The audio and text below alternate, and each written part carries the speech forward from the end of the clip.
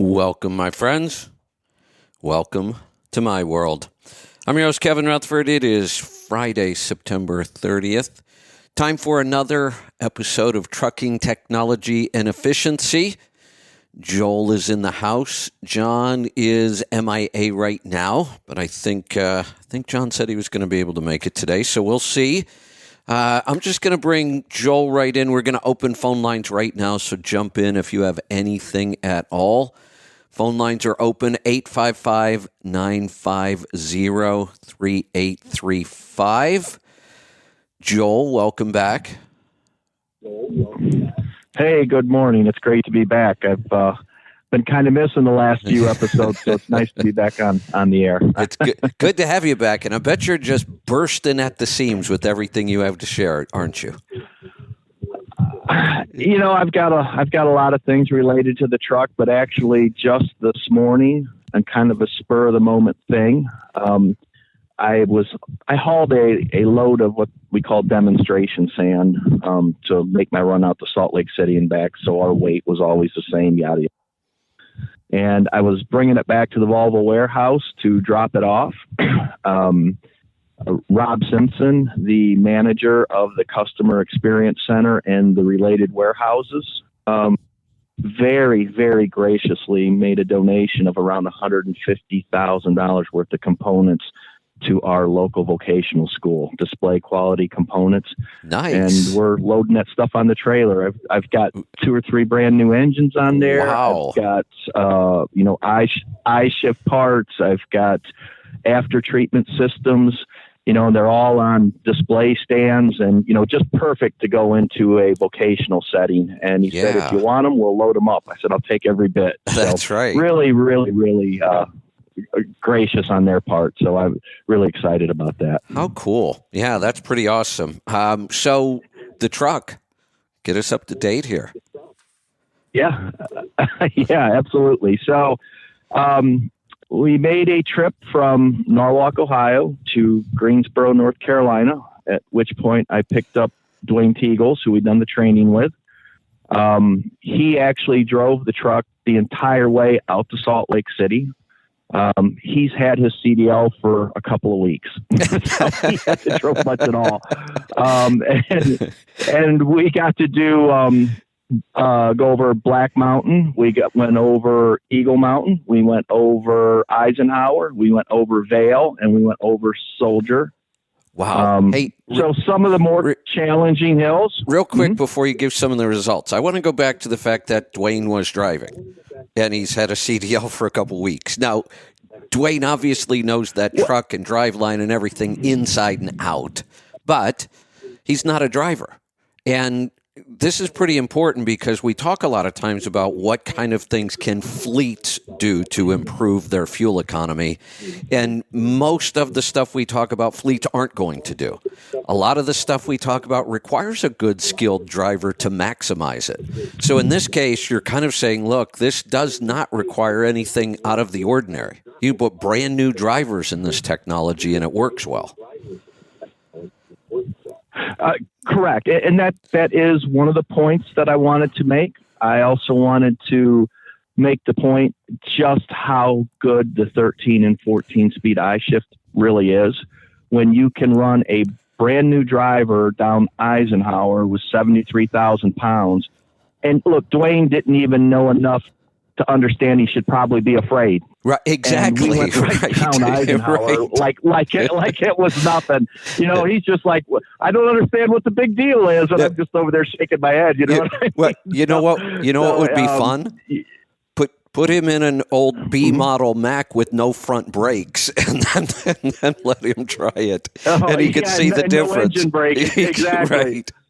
Yes. Yeah. Yes. So that was pretty cool all by itself. His fuel mileage was exceptionally well on the run out. And Dwayne wasn't easy on the truck. We were in performance mode. We were running posted speed limits in Kansas. That's 80 mile an hour on the toll road.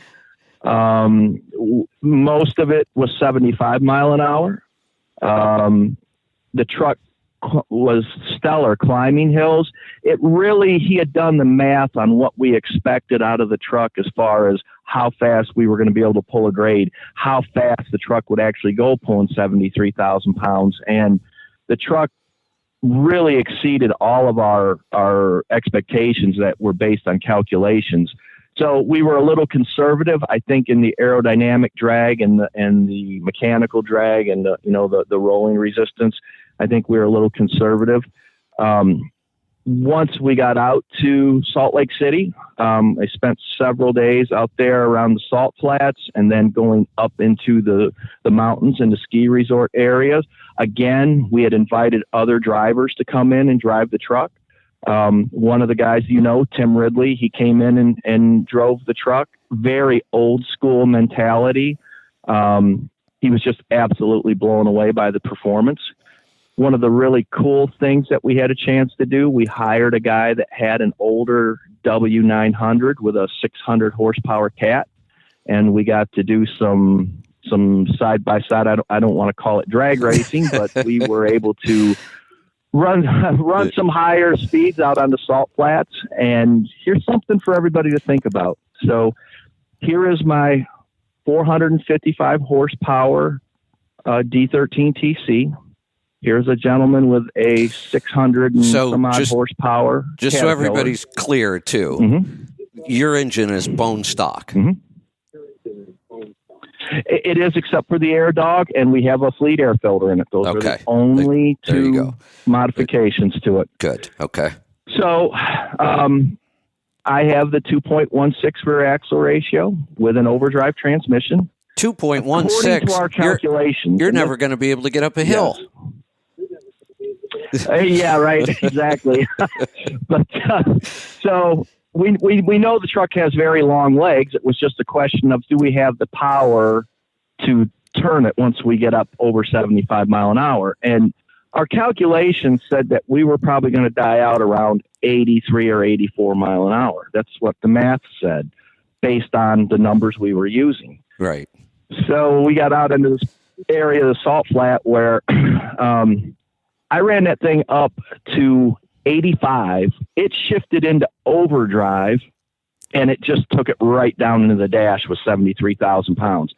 Now, the old W9, the old school W9 355s, it was a 600 horsepower with an 18 speed. Very big gap between the truck and the trailer, a very square hood. You know what a W9 is. So he was obviously faster to me to 75 mile an hour. But once we got to 75, he could go on up to 85 or 90, but I just walk away from him, even though he had more horsepower, because the aerodynamic drag on the truck was costing him, just the truck by itself, about 30 horsepower. Between the truck and the trailer was costing him about 30 horsepower. The 6x4 versus the 6x2 was costing them 30 horsepower. And then the difference in the RPMs that the engines were running at that speed. I had it in the dash. We were at 1,350 RPM. He was closer to 1,900. That's another 50 horsepower. So you start adding up all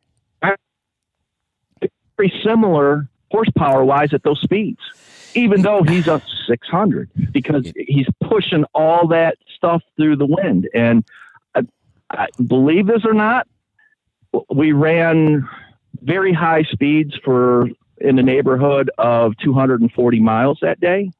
I still got 7.3 miles a gallon, over 80 miles an hour, pulling 73,000 pounds. So, we had a really good day. The truck. I was going to say exceeded all of our expectations. Yes. That's exciting. So that comparison there and why all that horsepower just is really being wasted. We've talked about the fact that aerodynamics it's not a linear equation. It's exponential. That's why all the way up to even 75, you said there wasn't a whole lot of difference between the two trucks, but after that, the clear advantage shows up. And that's how big aerodynamics are. And The other thing that would be interesting to see, it's just too hard to ever test, but, run these two trucks up to 85 or 90 or wherever one of them maxes out, and then run all day at that speed and watch the difference in fuel consumption. Oh, it'll just be crazy. I mean, he was lucky to be pushing 3.5 miles a gallon when we're Right. running that hard. Yeah. And I'm sitting right in the peak of the torque curve and the horsepower curve. And I mean that obviously the speedometer stops at 90 mile an hour. It was into the dash in this part of the salt flat that we were running on.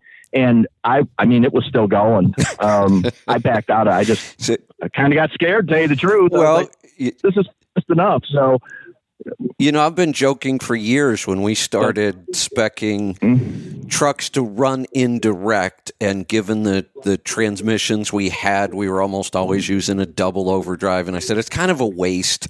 We're going to almost lose the final gear completely. You might be able to use that one overdrive gear once in a while. But I used to joke that, we just spec'd a truck that if the cops are chasing you, don't want to stop. You don't have to, except many of those trucks geared that way would have never been able to achieve those high top speeds. They just would have died out. And it's a combination of enough horsepower and torque to do it, and then good aerodynamics so you're not trying to push all that wind. Well, and also remember that mechanical drag increases exponentially as well. And this is something that a lot of people miss.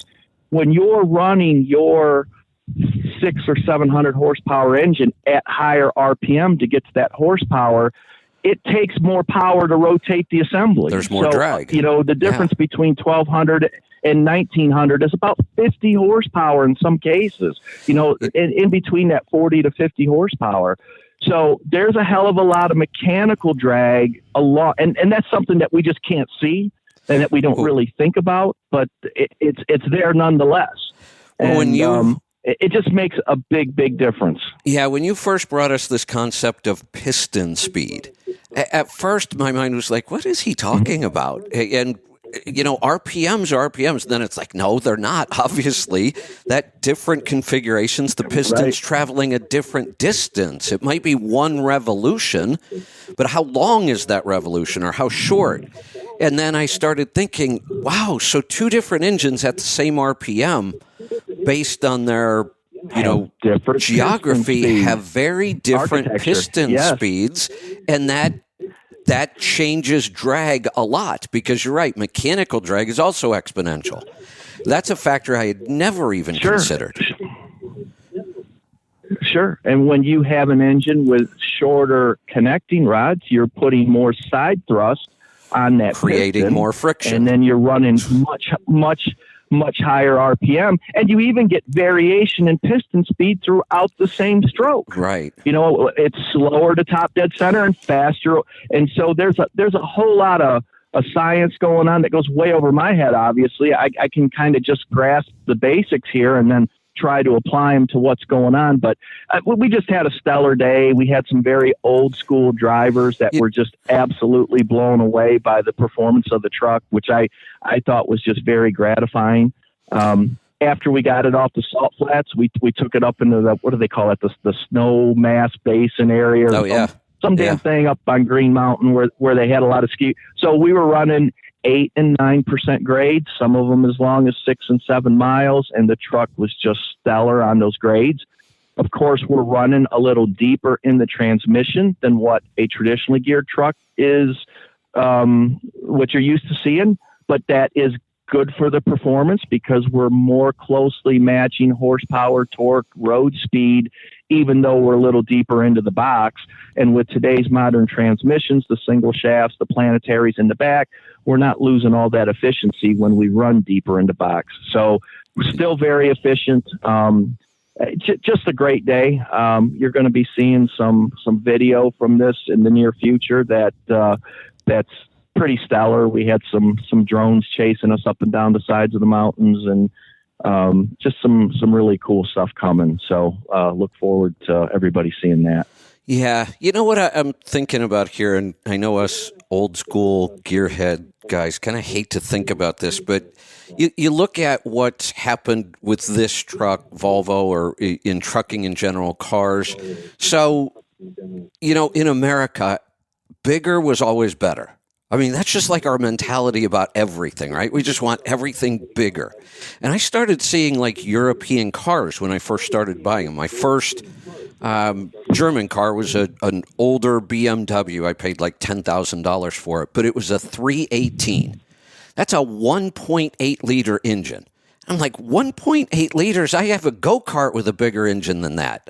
What am I going to do with 1.8 liter? Except that car, I mean, it didn't have any kind of crazy acceleration, but it was certainly doable. But what it was really good at 70 miles an hour, if you put your foot into it, you got to 85 in no time. I'm thinking, how do they manage that with this tiny little engine? The Range Rover I have, tiny little engine, turbocharged, now we're using 10-speed transmissions in some of these cars. It's amazing the efficiency and performance they're able to get out of very small drive lines. And we've always been just the opposite. We want bigger, more horsepower, big blocks. And, it was fun. It's just not very efficient.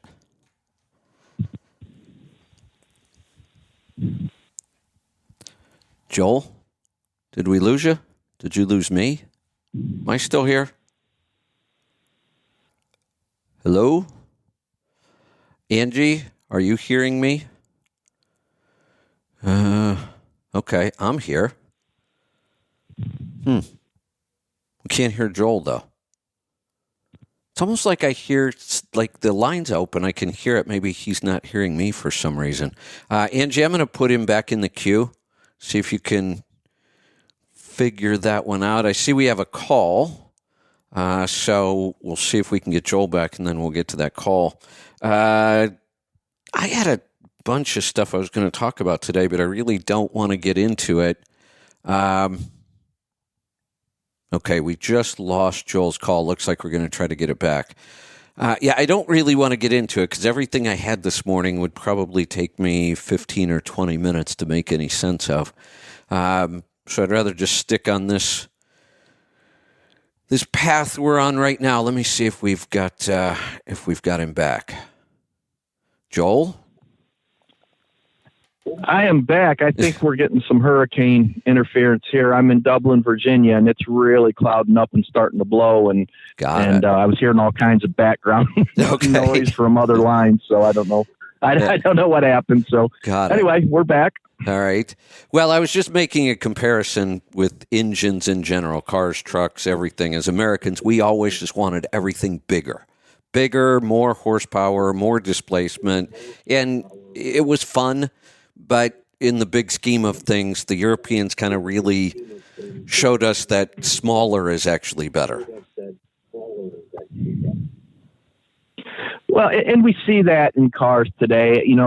I'm old enough where I can remember when the small block Chevy and of course we had some big blocks still around at the time. Everybody said, "Oh, you'll never sell a car if it doesn't have a V8." Yeah, right. How many cars are sold with V8s today? Everybody's running around on a 2-liter 4-cylinder that would blow the doors off. The V8s of the mid 1970s. So we're seeing that same transition into transportation. The owner-operator crowd is having some difficulty with that because, it has been drilled into our head. There is no replacement for displacement, and that is not true. It's absolutely not true.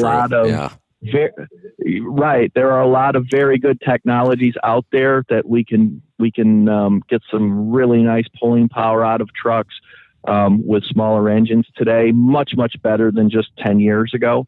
We used to talk about the 3176 Cat, the M11 Cummins, and they were turds. They were awful. Yeah. It's just not the case anymore. We can put brand new drivers in trucks, loaded to 73,000 pounds and send them up and down mountains and not even have to worry about it. And they'll bring you back 8.5 miles a gallon, not even trying. Yeah. So, things just a few years ago we had to work our ass off to do. They're doing it and go, what's the big deal? Just kind of looking at you funny. So it's great to see, though, having been in the industry as long as I have, I think it's really awesome to see the new ideas are really taking hold. And I love the old school stuff, but you're not going to make money with it. Not in today's operating environments. It's going to be very, very difficult. Yeah, it's fun to build trucks like that, and it's we had a good time with it. But if I were ever to own a truck like that, it would be just for the fun of it. And I've said that for years. It would never be to make money. It'd be because it was nostalgic, or it was fun. And I still like that kind of big block horsepower. But did you happen to listen to the show yesterday? I know you've been busy this week. I did. I did not catch it. Yeah, I've been buried. I'm not going to remember the exact specs of the truck. I think it was an International with an ISX or an X15. Fairly new. I'm going to say like 2015 or newer, if I remember right. And this experience is so typical, but it's just so bad. He basically took it into a dealer. This thing wasn't spec'd all that well, really, but pretty typical kind of specs. His complaint at the dealer, and as soon as I say this, you're going to know what the problem is. He actually went in and complained about poor fuel economy. Don't waste your time, Yeah. And they actually looked at him and said, "You're getting 6.6. What's wrong with that?" Right. Yeah. You're getting the national average. You should be happy, right? Didn't want to test the Charger cooler. Said, why would we do that? If it were leaking, you wouldn't be getting this kind of fuel economy. That's actually what they told him. No, I completely agree. I said the dealers and even the OEMs to some degree, they just look at the overall marketplace, and if that average is 6.4 and you're getting 6.6, well, you're ahead of the game, right? Yeah, he didn't know when it had an overhead. They never bothered to ask about an overhead or even mention one. What I don't even get is, why don't you just take the guy's money? I mean, that kind of boggles my mind. He's asking you to just take his money, do something. Yeah, I've bumped up against that same thing where I've told guys, go and do a cylinder balance test, then run the overhead, adjust the exhaust plungers, replace the crank position sensor, replace the check valve, all the things that I tell people to do. They'll roll into dealers and they're like, oh, that's just crazy. You don't even have 400,000 miles on the truck. Why would you do any of that? I'm thinking, take his money. Just take his money. Right. Just take his money and do it. You're going to find out. Yeah. Right. You're going to find out why. Yeah. Exactly right. But man, it's just nuts. They want to fight you on every single thing like that. And look, I get it. Big fleets, it's a whole different model. They want to put the minimum amount of money into that truck as possible and then sell it or resell it. So I get why they do it. The dealerships, they don't differentiate between a fleet and an owner-operator, so they apply that fleet model to the owner-operator, and quite frankly, they're giving them bad advice. And really bad advice. Stuff really needs to stop. A big difference between the way my brother has to operate things today than what he done 10 years ago, and versus what I do now with a single truck. Yeah. It's just universes apart. Yeah, really is. Both scenarios are correct. He's not wrong and I'm right. We're both doing right for what our scenario is. And that's what people have a hard time understanding. The owner operator will bitch about, why does a fleet do this, and this? Because that's right. Their operating model. That's how it works when things change. You go from economies of scale to efficiency and vice versa, depending on, how many trucks you have in your fleet. And my brother, I feel sorry for him. He's getting gray. Trucking for him is more about human resources than trucking right now. Yeah. It's all about keeping drivers in the seat. You can't really worry about the efficiency. You do whatever it takes to put somebody in the seat. And it's a huge HR game. And, he's like, I'm buying a boat. We're going fishing. He goes, screw that. We're getting out of here. And I said, just let me know. We'll go. So, when we got into trucking, he came in when it was an efficiency thing with, we got in at the same time. And, for him now, he's just a little bit disillusioned, but it is what it is. And that's what he has to deal with. So things change, definitely. My most frustrating call, and I've had many of them over the years, somebody I'll pick up the phone and they'll be like, I took your advice and you're an idiot. You don't know what you're talking about. It didn't work. And I'm like, oh, slow down. Let's go back and talk about this. What advice did I give you? And then immediately, well, you weren't talking to me. You were talking to somebody. And I'm like, well, just stop right there then. I never gave you any advice. So stop saying you took my advice and it didn't work. If I wasn't talking to you directly, I didn't give you any advice. Well, my situation's exactly like, and I said, bullshit. No, it's not. But just stop. Your situation is not exactly like the caller. You don't know that. And I can promise you it isn't. But that's this mentality that they just, I guess, don't understand how nuanced most of this stuff is.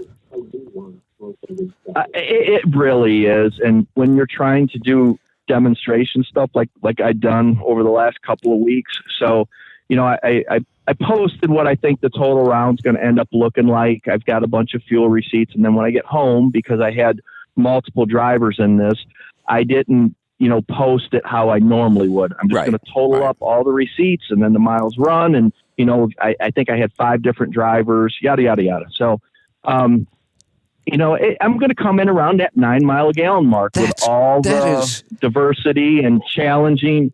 It's stellar. It just is. But you'll get the guys that are like, well, my glider kit gets 9 and you went over all the terrain exactly. You know what I mean? So you just want to shake your head sometimes.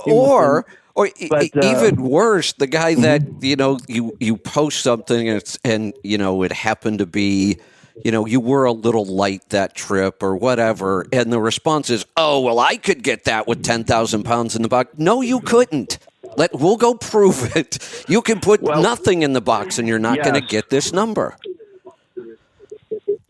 So for years, I have heard, well, come out west and try to get 9 miles a gallon. You know what I mean? So I was just like, okay, let's go do this. And if I would have drove this entire round, that number would have been significantly better. There is no doubt. So it was really good to be able to prove we can put some weight in a truck. We can get on some very significant grades with some drivers that, a couple of them, the experience level wasn't quite there. And several of them were very old school.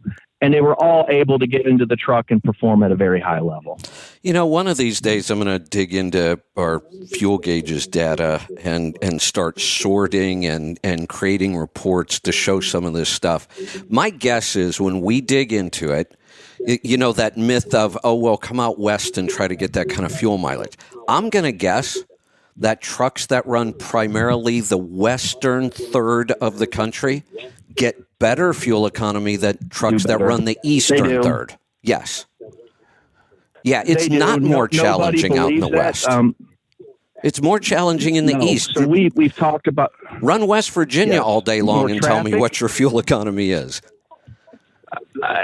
Exactly. You have more traffic to deal with, and we had a Volvo data scientist look at grade on the highways throughout the entire country, and I forget what percentage of the grade was the trigger for where they started counting the percentage of time you're on grade. But out west, you meet this percentage about 25% of the time. In the southeast United States, up into New England, it's about 26% of the time. So you're actually on significant grade more often, even though they're not as long, tall, or impressive looking. You know what, though? So, they're more challenging to drive. If I have those long, steady grades, there's not much I can do. I just have to get over it. It's just a matter of taking your time, not being in a big hurry. But when I've got those short, steep grades over and over and over, that's all driver there. Pain in the ass. Yeah. Yes. Yeah, you have to drive that truck. It's a pain truck. in the butt. And yes, you throw the traffic in with that. So I can guarantee you that it's much more difficult to get fuel efficiency in New England than running Utah and Colorado. Yep. I mean, I went Salt Lake City to Denver, coming back with me driving. 8.8 coming over Soldier in that, and over Vail, and it was relatively easy with 73,000 pounds. You'd be hard pressed to run, from Boston to Albany and kind of do that same thing. Yeah. So, we have to remember, absolutely. if you have these long, steady upgrades, that must mean you also have a lot of long, steady downgrades. You are, yes, that's exactly right. And if you use your head going up and you don't work the hell out of the truck and you're not worried about winning races, you can do very, very well. You really can. Now, the guy that wants to be the first to the top of the hill, he's going to struggle no matter where he's at. There is no doubt. So a couple of the grades that we were running out, like when we went up Eisenhower out of Denver, Dwayne had it in performance mode, and he was running up people's asses, and he had to back out of it. And we got in behind some slower traffic. So, we ran 42-ish up the hill with 73,000, which was fairly respectable. It's not 700 horsepower, but it's definitely ran with traffic with no problem. And then Vail, he done into 36 to 37 mile an hour range. We kind of ran into the same thing. We ran into a little bit of traffic that we got behind and slowed down. When I came back, a lot of the trucks that were going up the hills were running in that 25 mile an hour range. And I could have ran faster, but I ran, 33 to 35 just because I wanted to hold on to some fuel efficiency. So the hill climbing ability for a 455 was good. I mean, you're not going to beat a 700 horsepower truck up the hill, but you're not the last guy up the hill by any stretch of the imagination. And when you figure the amount of time you spend on grade, even on a trip like I just ran, where we purposely ran at these hills, you're still only on grade, maybe 7% of the time, maybe? Exactly. So do you spec a truck for 7% of the time or for 93% of the time? Exactly. Yeah. So, and look, here's here's the beauty, though, of the way you're speccing the Volvos now. You've specced for both. I can do heavy loads, light loads, flat land, hills, rolling slow, hills. fast. I have supreme adaptability. That's exactly right. And you're going to see this as time progresses, as I start to get into my regular duty cycle. I'm going to demonstrate, if I want to run 55 in direct at 1,000 RPM, I can do it. If I want to run 75 in overdrive at 1,075 RPM, I can do it. Yep. Do I want to run in underdrive up a hill at a higher average speed? I can do it. So it is truly a driver's truck. There is no doubt about it. I think the Navistar powertrain is going to be very similar. It's obviously 14 speed, almost the exact same steps, and the ratios, a very similar power band out of their new 13 liter that's coming. They're pushing a 2.16 ratio as well.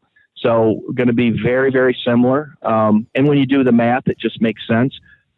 Detroit, they're not quite as low. The strugglers are going to be Cummins and PACCAR. I think they're stuck at 247 with an overdrive, and they don't have a transmission with the reduction in order to maintain startability to really push those ratios out. And the architecture on the engine just isn't conducive to it. Both the PACCAR and the Cummins have shorter rods, so faster piston speeds, and they're just not conducive to downspeeding. And conversations that I've had, Cummins and PACCAR, they're not buying into the whole downsped thing. It's interesting. Kind of stay where they're at.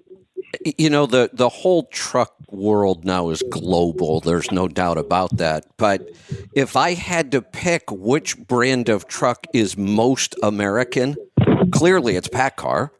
And probably which engine left is most American, probably Cummins. and that they still Mm-hmm. have that mentality. I mean, that's what I was talking about earlier. That's just the mentality we've had around engines forever, and it's like they just still don't want to change. Well, when you look at Cummins, I think this was a matter of bad timing for them. So the old ISX was kind of laid out just before downspeeding really was a thing. And so the architecture of the engine didn't really even consider that. And, they've gotten a pretty good run out of it, the ISX, the X15, and now they're coming up to, okay, we're looking at electric, we're looking at hydrogen, and Cummins is what they're calling fuel agnostic. So that X15, you're going to be able to get it either to run on hydrogen, to run on natural gas, to run on gasoline or diesel fuel. Okay. Now, you won't be able to switch back and forth. You have to buy it as a dedicated. So instead of doing a complete redesign on the X15, they put the money into the fuel system. I think if they could have afforded to do both at the same time, they probably would have done a redesign. My understanding, and I don't know if I'm right on this or not, and I'd love to get a PACCAR person on to talk about it. They just don't care to downspeed, period. They don't want nothing to do with it. Doesn't sound like it. That's my understanding. Yeah, doesn't sound like it. Yeah, they're okay with the traditional gears. They don't want to go out past 247, and they have it in their mind that engines just aren't going to hold together, and they're not going to do it. That is my understanding. I don't know. I hear everything secondhand. Obviously, I'm not sitting in a PACCAR boardroom with their engineers talking to them, but it'd be interesting to see how this all plays out. Yeah, really will. One other thing, and I'm actually going to throw a challenge out there, and I haven't asked you about this, but I'm sure you would do it with me. The caller yesterday, and I'm looking at my notes, but I can't find the call, so I can't remember his name. With the Cummins, the 6.6 miles to the gallon, dealer said, don't worry about it. Wouldn't just test the charger cooler, never mention an overhead. I throw out a challenge that we would work with him directly, and our goal would be to get him to 8.6. And I think we could do it. It just to show that this, I don't care how bad your truck is, there's something we can do to improve it. Yeah, your base specs might be way off. Now here was his question. He was actually calling me about regearing. And I said, not now. No, it's too expensive. Then at the end of the call, he threw something in that really got me thinking. He hauls really, really light all the time. In fact, so light, he has singled out his dual wheels, not with wide singles. He just singled them out with standard and just put the tires on the outside. And I can remember when he called me and asked about that, I said, the only thing I would watch would be bearing pressure and tire wear. You're really light, so you might get away with it. But now you've put that. Your support is much, much farther out than it used to be now. You're putting a lot more stress on that axle. Sure, yes. On the outside bearing, absolutely. One of the things that I've learned over the years, and me and you have discussed this with the wide base, and we developed a suspension system and some torque management that is going to allow me. In fact, I'm going to switch the truck back out to wide base and do some testing. But if you go on a single tire, what this gentleman has done, and you're on a torque reactive suspension, and you do not have the correct torque management in there, there's no doubt that his rolling resistance would be less. There is no doubt about that. Right. I'll almost bet money that is hurting his fuel mileage, because when you say tire wear, and he's definitely getting more tire wear, that tire is slipping under acceleration. It's lack of traction. So he's overpowering that contact patch. And it is doing him no favors. I know he probably thinks it is. But, I know. Well, my answer. I've done this for years, man. It just doesn't work that way. No, and my answer, and most people would think this is way too risky. And this came at the end of the call, and I had the thought after I had already let him go. So if he calls back, why not make this a 4x2? If you're that light, let's make it a 4x2. We can get the trailer up so much tighter. We get rid of that weight, the components. Exactly. And then the response I always get is, well, what if this gig ends? Well, so what? Go buy another truck. Right. I mean, hell, I tell you, Right, you will right. probably sell that sleeper as a single axle for a higher price than you will as a tandem. Yeah, there's a good chance, and the RV market's kind of hot for those anyway. People are looking for them. So, yeah, you could probably get into a specialty market and sell it for more. You're exactly right. That should be a 4x2 or a liftable 6x2, either way. Very expensive no, though, here's to retrofit it. Here, I just remembered this. This is the other reason why I immediately thought, let's just convert this thing. It's already a dead tag axle, non-liftable. It's a 6x2. Yeah, cut that bad boy just off. cut that off and be done with it. Cut that tag off. Yeah, and then take those tires and put them back on duals the way it should be. Right. And then we could work on some programming. And Cummins does a very good job if you know what to ask for on their parameters. In fact, I am a Volvo guy, and I'm going to tell you right now, Detroit and Cummins both are excellent when it comes to parameters. You just have to understand what you want and why. And they generally have solutions for that stuff. If I remember right, I'm probably going to get this number wrong because it's such a weird number. You can't remember it. I think Leroy told me there's like 60,000 changeable parameters in an X15 ECM. That's it's sure, insane. Sure, that's exactly right. Yes. The number was that is just right. insane. You just need to know what. And of course, we're always trained to look at it. More horsepower is better.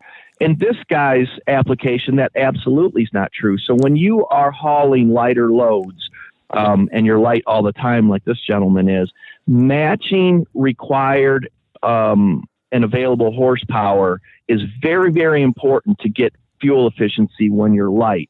You'll notice that some brands do a little bit better than others. Volvo really struggled with this for several years, where when we got under light loads, we didn't do so well because we make more horsepower at lower RPM, and we hadn't optimized the gear ratios to kind of match the horsepower curve.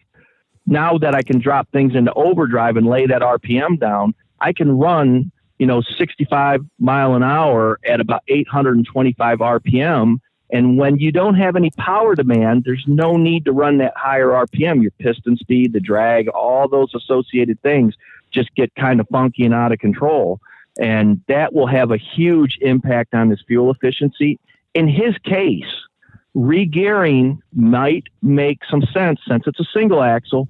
But that's very cheap to regear that truck. That was what I said at the end when he finally threw in that fact that he was this light. It was already a tag axle. I'm like, oh well, now I'll go back to the gearing, because if we just we don't even have to single it out because you only have one differential. So I went back and said, now I'll go back and we'll talk about gearing, because now it's a new game. It's much less expensive. Right. Yeah. So. Yes. There's something else. I've finally had time to go back and dig through all my fuel mileage numbers from my trip on the coach. There was a lot of weird stuff going on. I started using the catalyst for the first time on the trip out there, then all the maintenance, then the tuning, but I went back and dug through it, and I also just drove it again enough miles to get some fuel mileage numbers. I had to take it down to the shop. So here's the thing.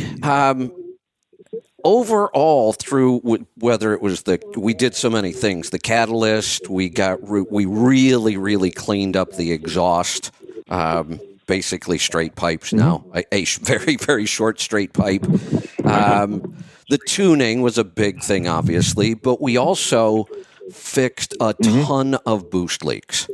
And I went in and I did maintenance that nobody ever does on these things because it's just too expensive, because you can't get to the engine on these things. Right. You just, the labor just to go in, and it must have taken us 4.5 hours to do a smoke test just to get to the stuff you need to get to. So I used to wonder, why does this damn thing only get 5 miles to the gallon? I mean, if you think about it, it's a C13. That's not a bad engine for fuel economy at all.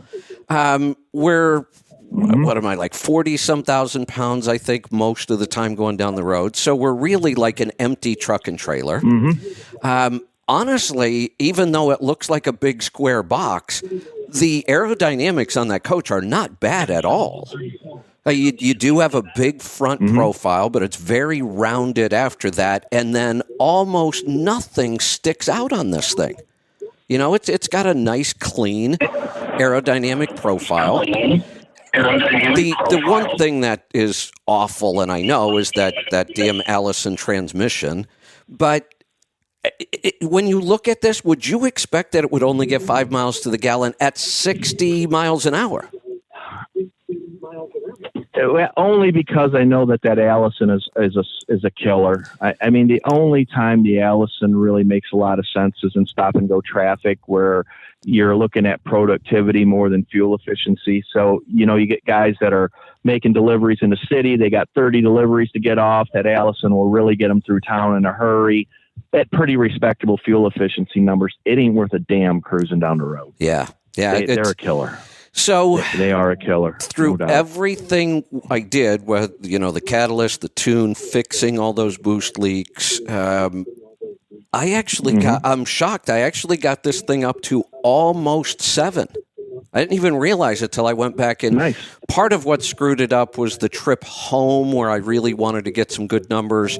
I got in a hurry. You know, I was running 75 and 80 sometimes when I could, and I knew that was just going to screw my numbers all up. But when I went back and I was able to sort through it, and then this last trip that I just took, I was putting out like a solid 6.7. And, you know, I think what that shows us, that was mostly just maintenance. I mean, that was mostly just getting things back to the way they were supposed to be. Yeah, and that C13 is kind of sensitive on the overhead anyway, in my opinion. Yeah. And you know, if you're not taking care of that kind of stuff, it'll kick you in the ass pretty quick. There's no doubt. You want me to give you the reason why people with coaches won't do overheads? You got to take it apart to get in there to do it, I'm assuming. Marathon Coach, which builds on the Prevost chassis, that's when you call them and say, I'd like to have an overhead done on my coach, it's $7,000. Oh my God. It's $7,000 to do an overhead. Yeah. I'm not doing it. Now, I can do one on mine now, and we did dig in there and got through all the boost leaks, but that's why nobody really tears into these things much. No, I hear you.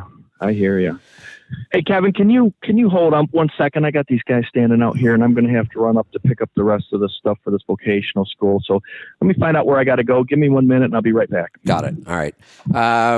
What am I going to do? Let me look at some of the calls here.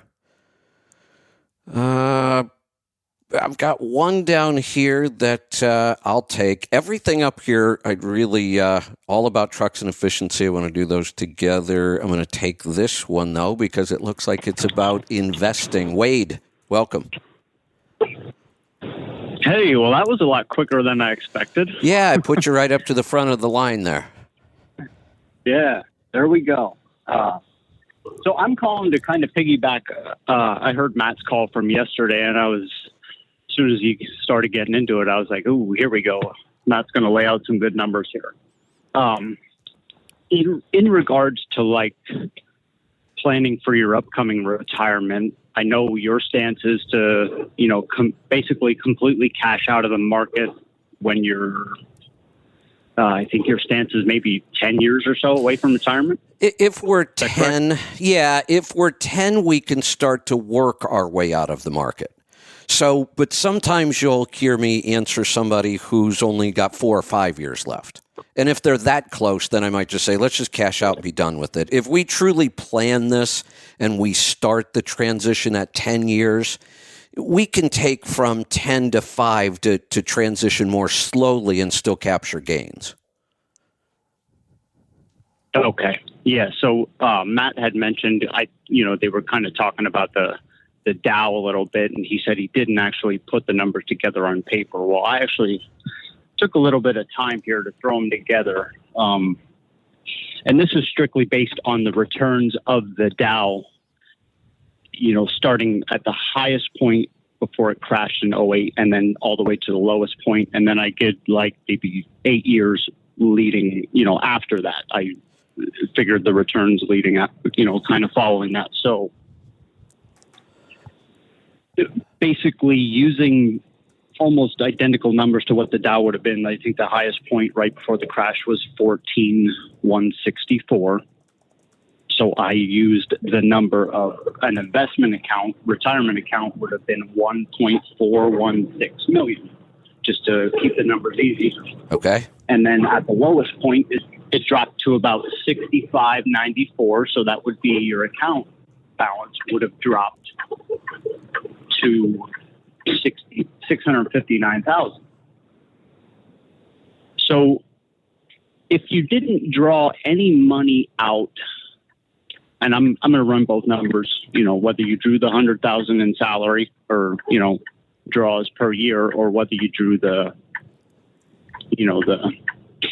nothing. Okay. So you would have been up the years following '09. March of '09 is when it bottomed out. So March of 2010, you would have been back to $1,003,000.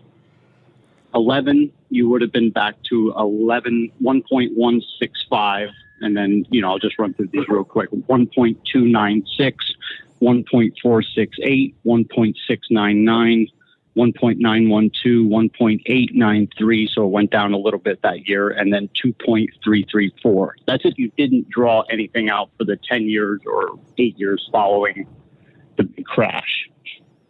Now, real quick through the numbers, if you would have drawn $100,000 salary from your account at the very bottom, like when it went to the lowest point, you would have started drawing a salary that day.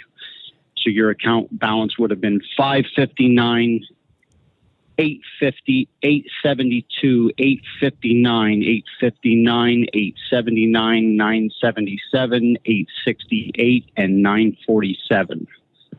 So staying in the market during that time would have seemed to be pretty unwise, but you actually weren't.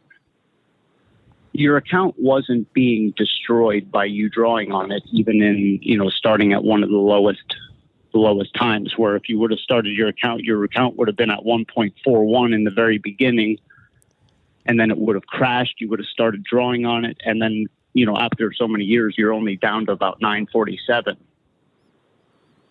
So that's kind of why I'm running through the numbers, to kind of show that even in the worst, '08 was like the worst situation almost in 100 years. No, it wasn't. Hold on.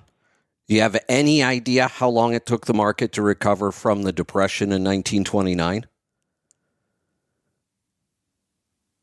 Yeah, I'm saying almost 100 years. The hold Great on. Depression was the worst. Do you know how long that one was? No, I didn't go back that far. That's why I'm not saying. Yeah, well, 25 years. Okay, I guess you're right. That would have been 80 years ago. Right, Okay, so it wasn't almost 100 years. Correct. Okay. 25 years it took the Dow to get back. Right, and I think I read something really quick when I was putting these numbers together. I think the Dow lost 90% in the Great Depression, and took 25 years to come back. It happened once. There's no reason that couldn't happen again. Every downturn we've had has been different. But throw all of that away. There's one factor when we talk about investing. There's one factor that trumps everything else. Forget numbers, forget the math, forget the strategies, forget historically, forget all of that. Because there's one issue that trumps everything else, and you can't ignore it, but everybody does. It's human emotion. That's the one factor that you can't account for. You can't predict, although we can predict it pretty well. The people, we keep trying to treat it just like pure math. And that's where we go wrong. No different than when Dave Ramsey talks about credit cards, and he just does it by pure math. We talk about, investing, and we talk about just pure math. In this case, you ran the numbers. The math says even if you were at retirement, you should have stayed in the market in '08. The problem is because it was so short. Only took us to 2010 to get it back. People can't wait that long. They panic. They were down 60%. Oh my God, what if it goes down 80%? Oh my God, what if it's like Enron and I lose all of my money? It's the emotion. They can't handle it. And we don't know if the next one's only going to be 2 years. What if it's 9?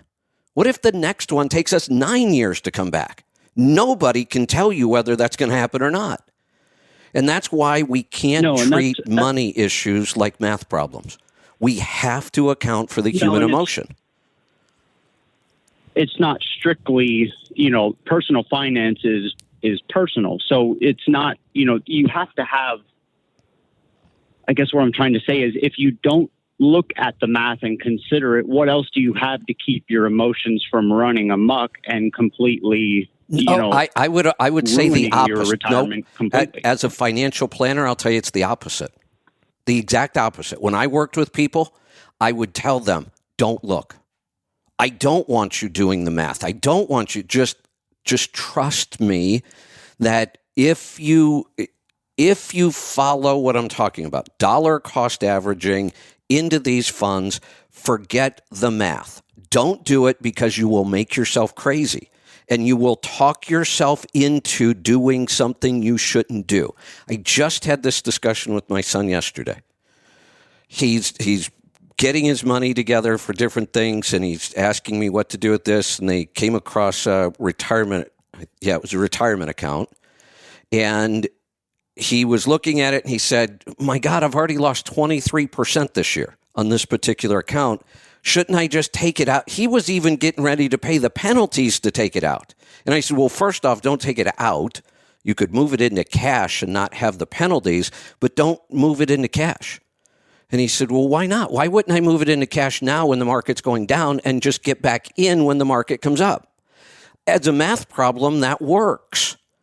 But we don't have all the, how in order to figure out a math problem, you can only have one unknown, right? When you're doing an algebra problem, you can always solve for the unknown as long as there's only one.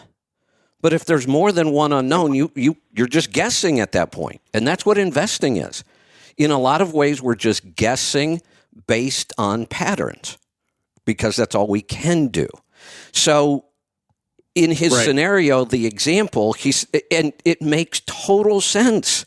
Try to convince somebody of this when the smarter the person is, the harder it is to convince them of this. They're like, no, look, we know the market's going down. The odds are it's going to keep going down. And I won't argue that. It is going to keep going down. Well, then why wouldn't I take it out now, wait till it comes back? Let me give you a good example because it's the emotion. So if I would have said to my son yesterday, yeah, cash all that out. Just cash it out, be done with it. We'll wait for the market to come back. Who's to say that the market today couldn't have gone up 2,000 points? Could happen. Happens all the time. We get all kinds of crazy days like that. So now what do? Damn it, I just sold yesterday and it came back. So is the market on its way back up now? And should I buy to get back in? Do you have an answer? Right. And that's what, if you look back to some of the advice you've been given over the last 5 years, you advertised this, that you've been kind of you've been saying this for 3 or 4 years that we have to be at the top. So you've kind of been sliding towards the idea of getting, when you're super close, not super close, but if you're 55 or so, getting out of the market. But if you take somebody that was 55 in 2017, if they would have followed your advice, they would be far worse off right now than they were in 2017. They'd be better off staying in which is my point. But how would you know that absorb a 50% drop? But how would you know that that's how this cycle was going to go?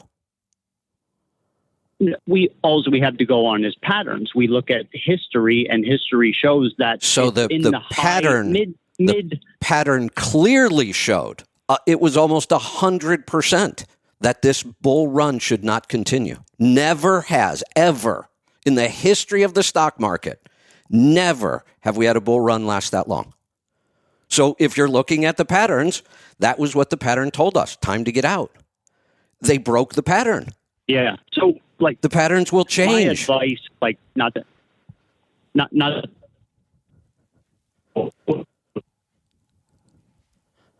5-year periods gain money.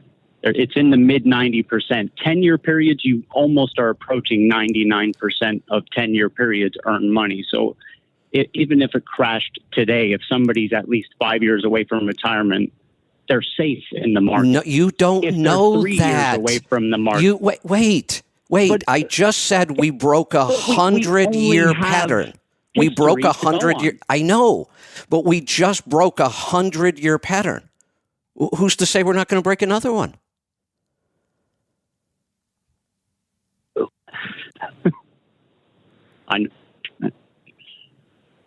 The only way to predict in a wise way would be to look at past Here's another What has it difference. done in the- Here's another difference. We can't go on emotion. That's my point of the call. We can't go on emotion of what we think is going to happen through Hold Biden. I on. don't like Hold- Biden, hold but on. he's doing a great job of crashing the Hold on. economy. And I'm going to go back to my experience working with real people every day with their money. And you say we can't go on emotion. Then just drop financial planning. It's impossible for people not to go on emotion. It's impossible. They won't do it. They can't. And that's what you have to deal with when you're helping people invest money. They're not robots. They're not computers. They have human emotions and they are powerful. Here's another, go look this up. And I haven't done it in years, so I don't know what, but I'm sure I can go find this data. One of the things that people recommend if you're going to learn how to invest, use a test account. So you're going to make trades. You're just not going to really pull the trigger and make the trades. You're going to run an account like you were making the trades so that you can see the results and you can learn and you can say, oh, look, if I would have bought this stock on this day and sold it on this day, look at how much money I could have made. When they are running a test account, they always, every time do better than the minute they pull the trigger and really start investing, everything goes to hell. Because when there was no real money being traded, the emotions aren't there.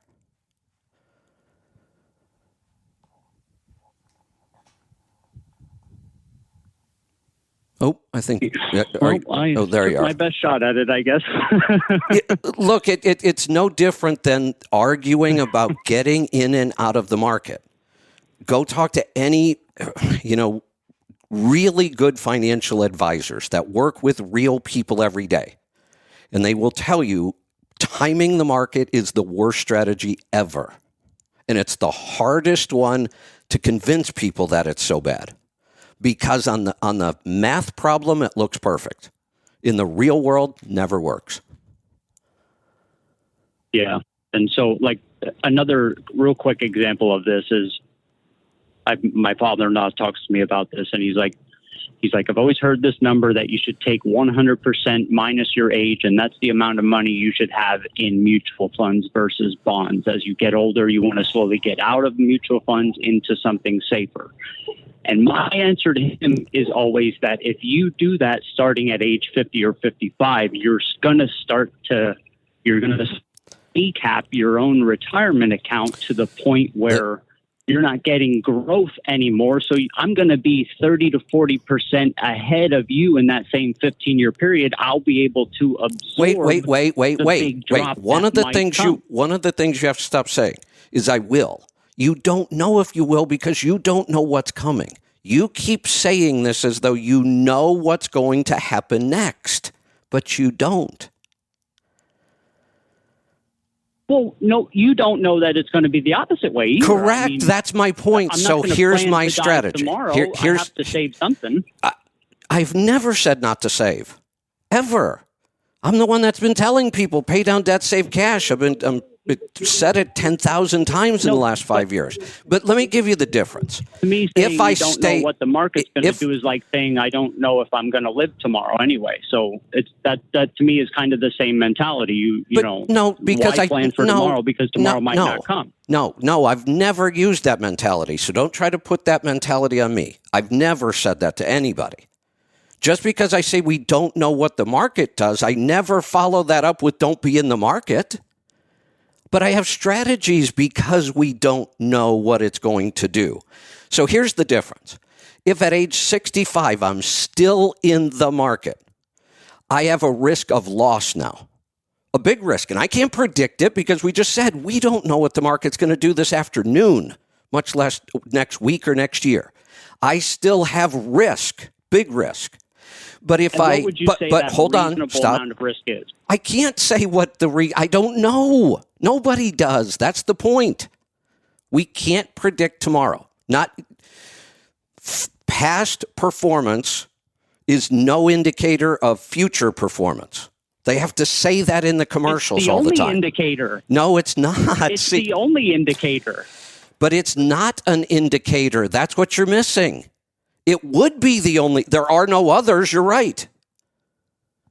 But it's not an indicator. It's the only thing that's why they have to say. That's my point. So here's the difference. Again, we should start our investing the minute we start making money as a teenager. But we don't. We wait and wait until it's too late. But if we did this right, and that's what I'm trying to do. I'm trying to get people to do it all right. And I know the 60-year-olds, it's too late for you, but I have 28-year-olds listening to me too.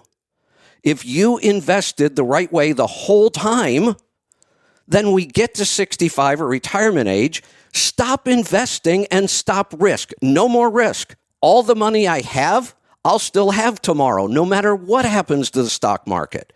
But if I'm 65 and I stay in the market because I still need to earn more money, now I'm at huge risk. And you can't tell me what that risk is. Nobody can. That's the difference. Earn when you are able to earn, and it's safe to earn, because if the market tanks, we have years or decades to make it up. But once I get to retirement, growth is no longer my goal. Preservation is my goal. So under my strategy, zero risk of loss, other than an inflationary loss, and I can't change that. Okay. There's the difference. I do want to apologize too. I hope you don't think I was trying to jump in the middle of when you were saying it's the delay. That's kind of screwing up the conversation a little bit. I'm trying to jump in when you take a breath, but it doesn't really work out that way. I know. No, you don't need to apologize. I love this kind of discussion. People learn from this. Yeah.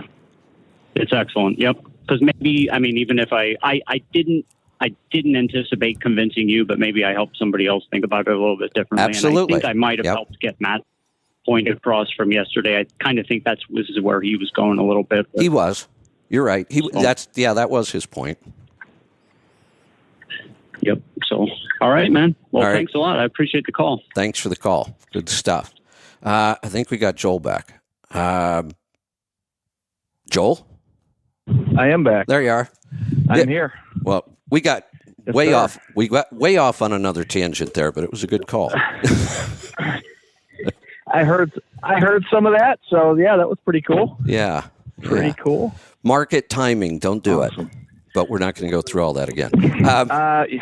Go ahead. Yeah, never my thing anyway. The financial stuff, I just kind of leave it up to guys like you that actually know what they're talking about. So, or I pretend to anyway. Well, hey, whatever works, right? That's right. That's right. What do you say we take some calls? They're piling up on us. Yeah, let's do it. All right, let's go to Pennsylvania. Michael, welcome to the program. Hey, Kevin. I was on hold so long, I finished my trek across the Cross Bronx. I called you a few weeks ago about the 2020 T6 86x2 lightweight, and then we lost the call dropped. And I wanted to finish that, and I was always hoping to talk when Joel was on the line. Can you hear me okay? Yep. Hello? I can. Okay. I built it. It came in at weighing 13,798.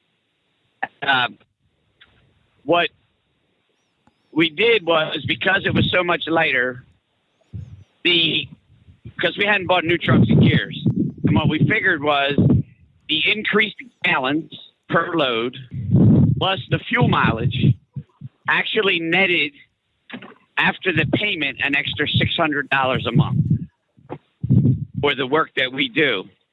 Wow. So it was almost like getting a truck for free, yet moving. And then the other thing happens is we're hauling 1,000 gallons more per load. So what happened was when you do 10 loads a week, every 9th load was an extra load. So you actually you move more material and without having the expense of the truck and the driver hauling that extra load at the end of the week and the extra tolls and everything else.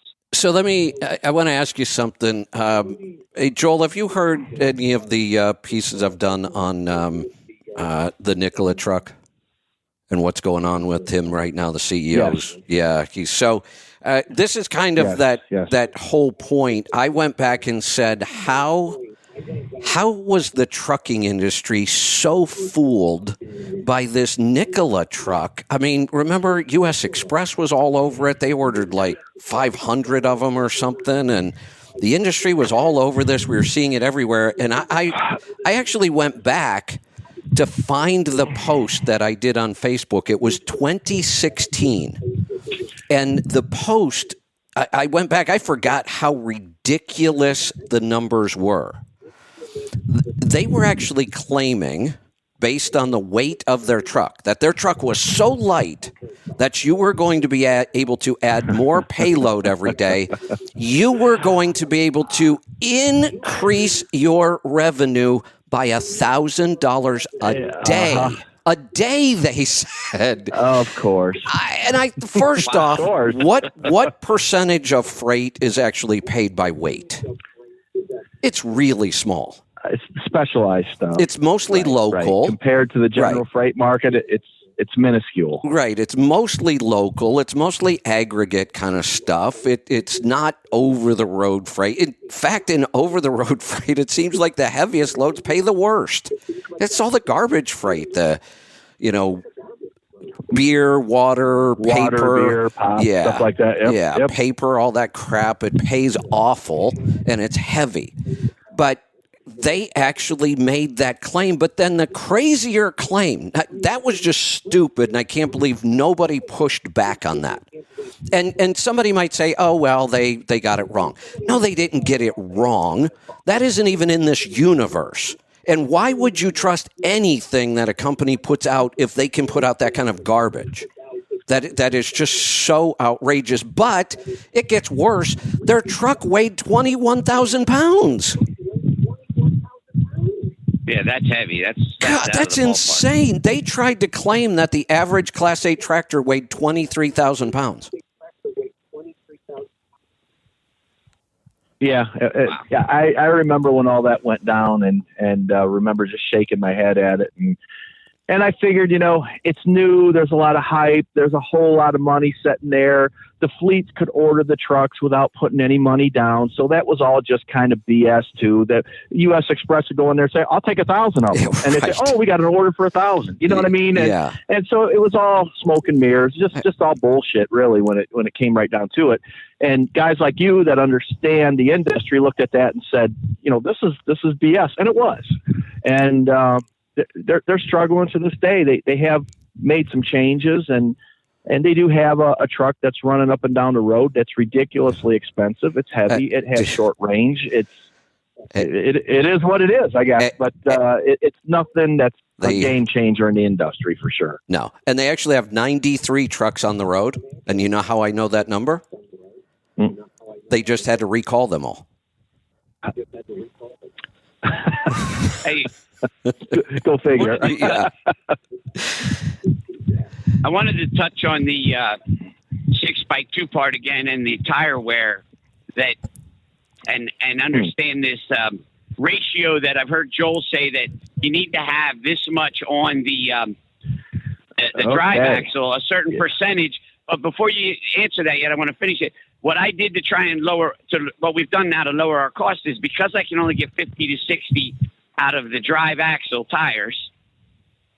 What we've done is my tire dealer was really good about it. He said, "Hey, I understand your fear of recapping because the casings are older. He says, you understand, you're going through a set of tires in a year. Your casing's only 1 year old.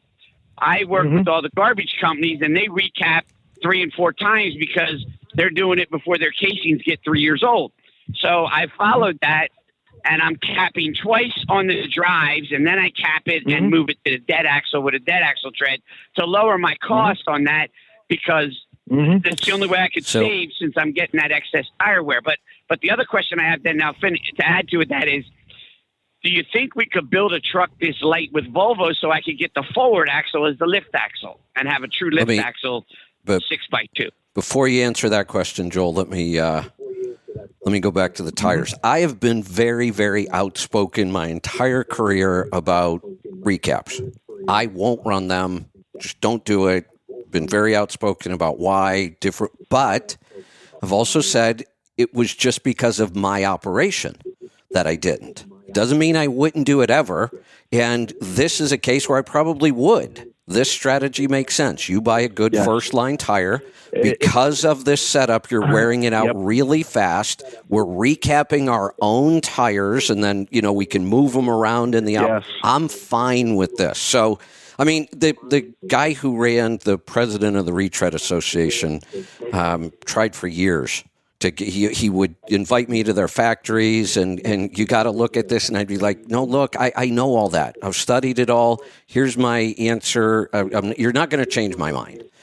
But there are cases where absolutely, and this is one of them. Another one, when I ran around local, I'll run recaps local. You're always picking up, when you're in 30, 40 parking lots a day, you get a lot of flats.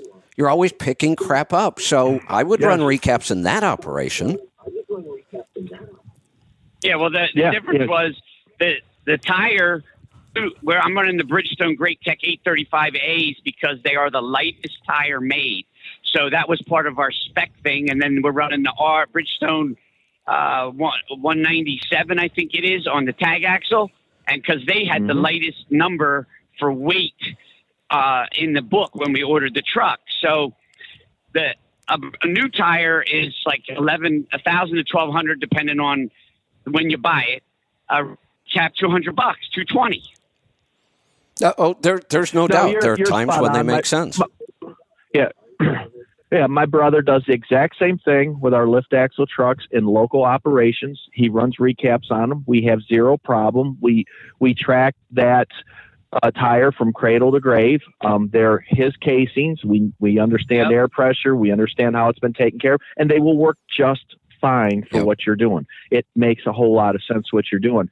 So to get into the whole, how do we stop tire wear? First off, if you could get to the liftable axle in the front, the dynamics of that are going to make a big difference all on its own. Is it going to solve your issue just by switching the axle around? It will not. In order to optimize for tire wear, it's going to cost you some weight. It requires a non-torque reactive suspension, which here in the United States, we pull off vocational trucks. So they tend to be somewhat heavier. That being said, they tend to last longer as well. So you will have some reduced maintenance cost over time, depending on how long you keep the truck. Whether it's enough to offset the gains you're making by lightweighting, only you can answer that question. You are in one of those particular duty cycles where lightweighting actually makes sense. And what you're doing right now may be the most optimal way to do that. Can I build you a day cab with a front lift and a non-torque reactive suspension as light as what you're running right now? Probably not as light. I could probably get in the neighborhood. Tires will last longer. Well, even at a small sleeper, I could probably get in that neighborhood, but I'm not going to get that light just because of the requirements in the suspension. There's just more beef to them when you go to non-torque reactive. So you may be exactly where you need to be. They do still run a steel cab. That is correct. Yes. Yes. Yeah. Yep. So that's a market that you have to you have to do your homework on. I am not a fan of lightweighting anything because I see what it does to maintenance costs over time. But you are in a duty cycle where, hey, it's paying you a lot of extra money to have a light truck. So it makes sense in your operation, and you're probably as close to optimal as you're going to get. I think your strategy on the tires is fine. When we talk about percentage of gross combination vehicle weight on the drive axle to optimize traction, it's very difficult to do with a tag because of the fifth wheel placement. You've got to kind of get out in front of the drive axle. So if you have enough room and you have the axle capacity on the steer to actually move that fifth wheel out ahead of the drive axle, that will help you get the 25%. The problem that you'll run into, as far as I am aware, what brand truck are we talking about? It's a 2020 Kenworth T680, 52-inch mid-roof. Gotcha. So my understanding is that the PACCAR system on their 6x2 does not bias weight between the axles until a slip is detected. Then it starts to bias weight. Otherwise, it's running a 50-50 split. You will have a very, very difficult time getting to 25% of the gross without, active biasing that biases weight before a slip.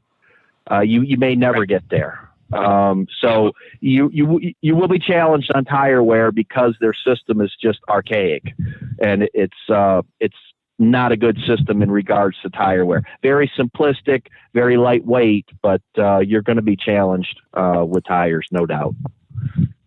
Yeah, we've had a little bit of trouble, like when we're empty and you go to pull out in the rain. Yes. I get that tire slip because the truck is so light, and our trailers. See, I pull propane bottles, so the trailer is like pulling a boat anchor. And it's heavy in the back end, so you get that. That initial start, you got to be easy into it. But like when we built it with the 13.2 front axle because we were trying to move as much forward as we could, and then we did put the fifth wheel ahead of center, but it's not working. So I can lighten the truck up by ordering the next one with a 12.3. I can save 120 pounds right there, and if I move the fifth wheel back, I can then shorten the wheelbase more because I can cut weight out because I don't need so much room for the dome of the trailer to be in the front. Hey, Michael. Just understand when you do that. Yes. Oh, go ahead, Joel. When you do that, here's what's going to happen. And what you're saying makes sense. When you move that fifth wheel back and you center it on that dead axle tandem, that is going to increase your tire wear. You will have more tire wear and you will have more slippage. What suspension is on the drive axle of that truck? It's that PACCAR, I guess they call it the Flex Air with that seat, the seat type spring in the front of it. Yes. Flex Air is extremely torque reactive. You should look at what other options they have available that has less torque reactivity, and that's going to help you when you're empty. Because when you're empty, that frame it's rising every gear you go through, and it's changing the shape of your contact patch on the tire, and that's why you're getting all kinds of slip. You have no gravity working in your favor, no weight working in your favor when you're empty. So your suspension choice will be absolutely critical. I think Hendrickson has a lighter weight, non-torque reactive suspension, and I'll tell you, Flex Air, just like I'll tell you Voas on a Volvo, they're garbage for 6x2s because of the amount of torque reactivity you have going on. And it really, really causes traction issues when you're light and empty. So definitely look at what options are available. Tell your salespeople you're looking for something with less torque reactivity.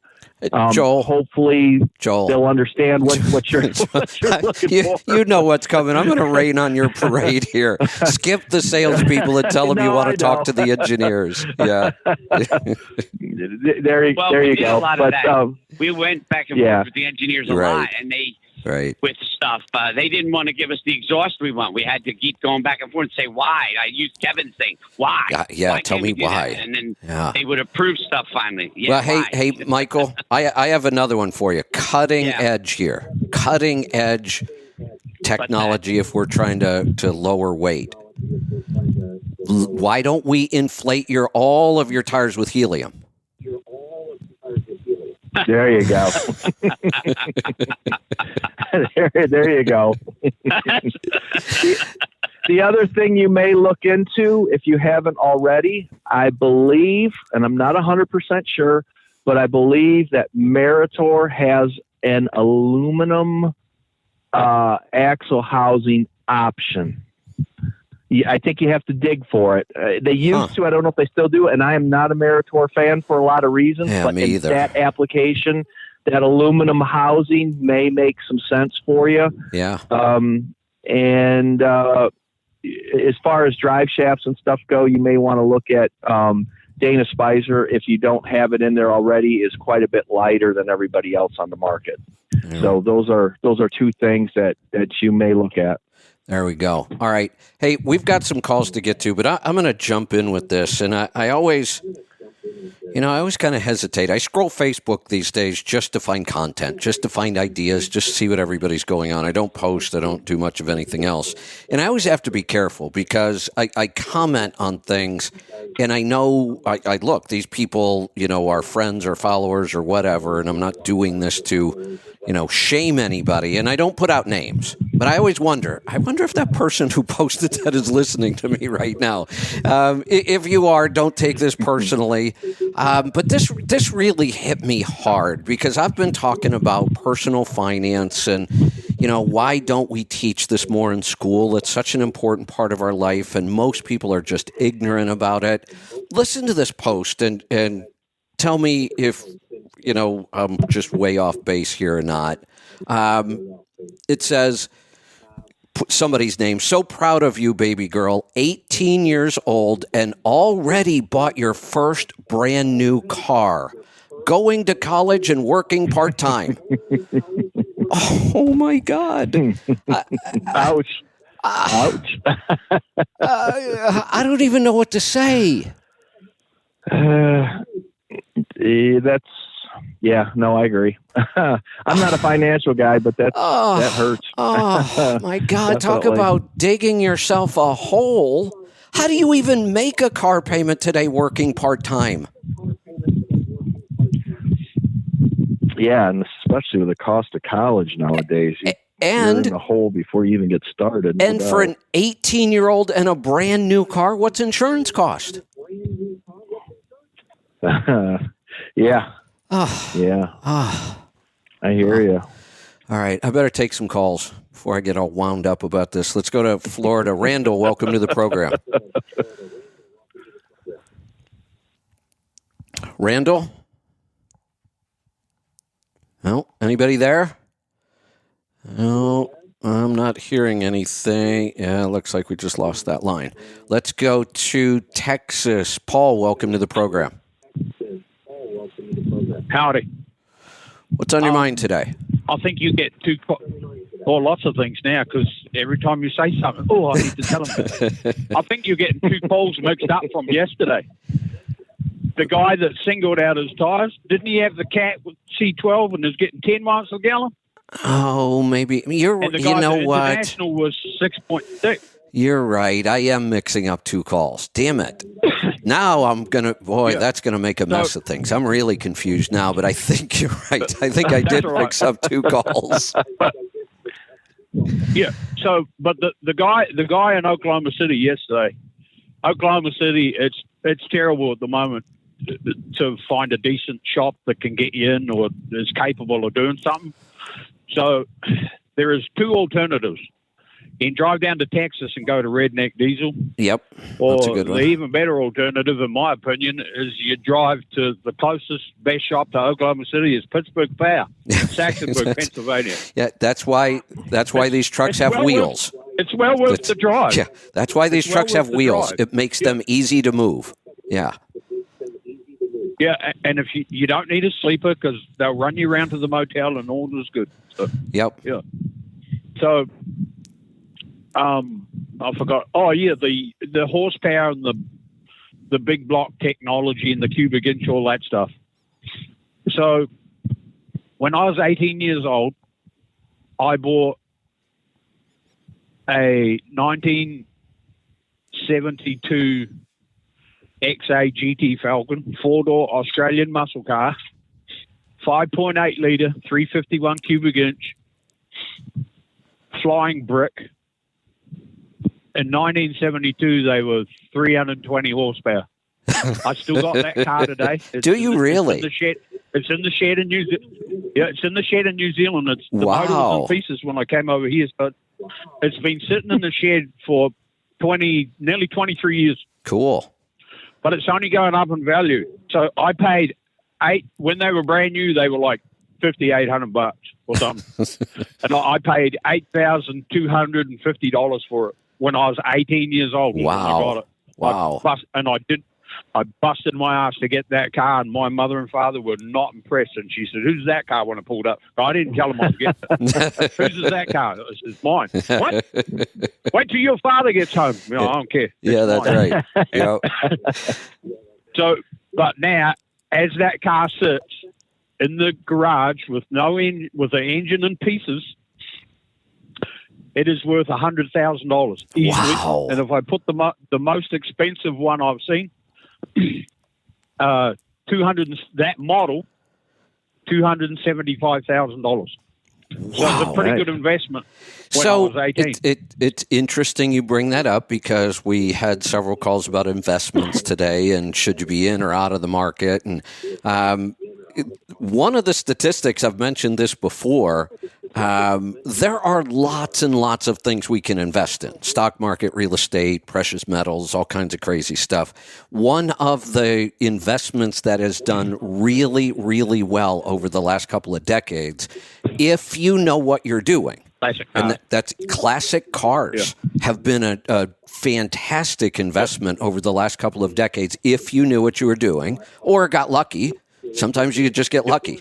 I kind of doubt at 18 years old you really knew for sure that car was going to be worth $100,000 now, but you got lucky. No, I didn't know. Yeah. I just wanted the Yeah. muscle car. You got lucky. And then in 1992, I went and I bought another one, which was the model before, which is even more sought after. And I paid $27,000 for that one. And in 2008, I came over here in 2000, and the guy that owned it before me, I took it back to him. I said, "Look after my car for a year." Well, here I am 23 years later. I'm still here. But 2008, I sold it back to him. I sold it back to him for $80,000. So I made money out of that. Which you've done pretty well with this, yeah. Yeah. So, but I was always a fan of you got to have the cubic inch. You got to have the cubic inch. Well, then earlier this year, I bought this Kia Stinger, 2-liter turbocharged, 275 horsepower. Yeah. The muscle car is fun to drive, but overall, I think I'd take the Kia any day of the week for comfort and drivability and performance. Yeah. And the same is true in trucks, I think. Yeah. So.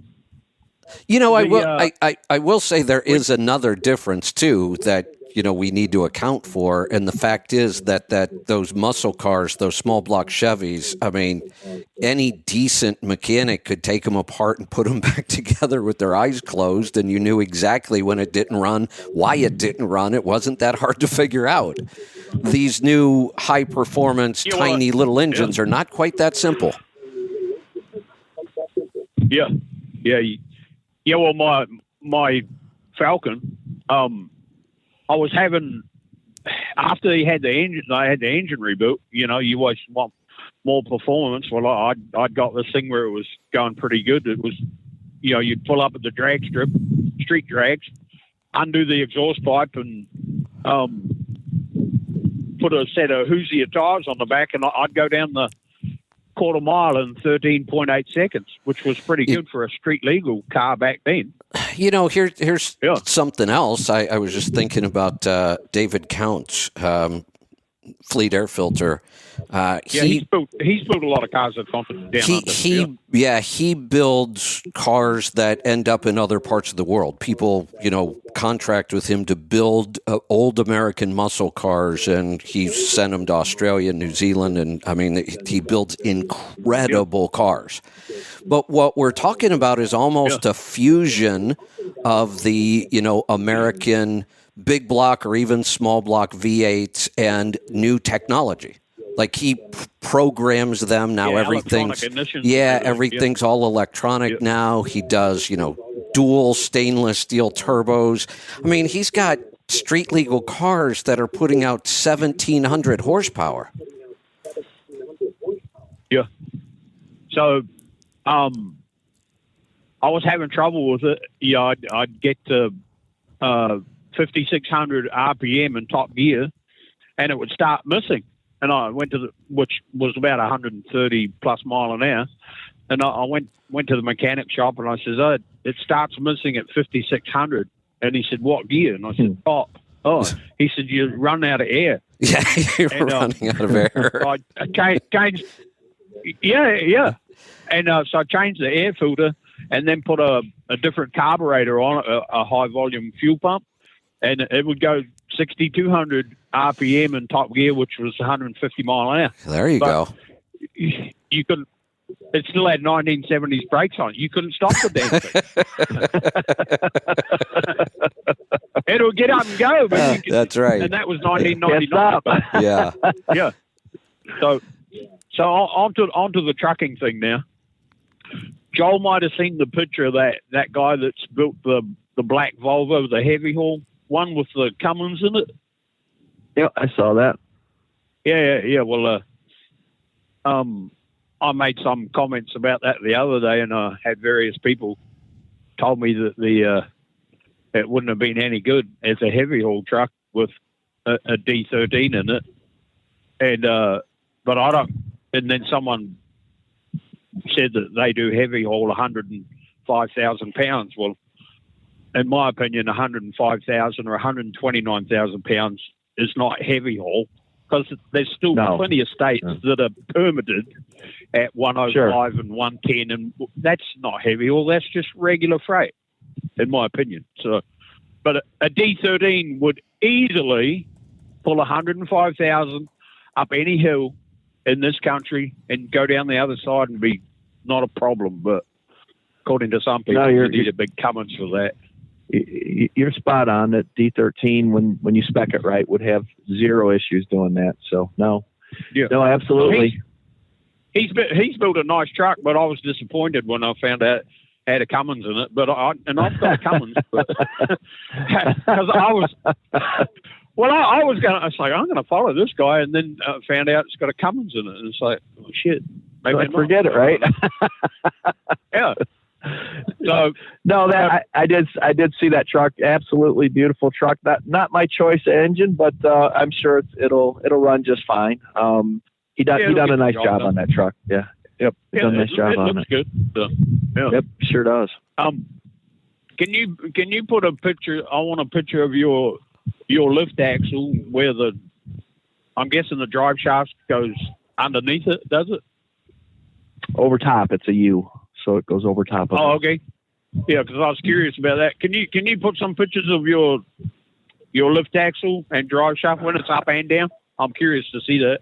I can do that. Okay, that'll work. I can do that. And, yep. I think that's all I had today. I can't remember. All right.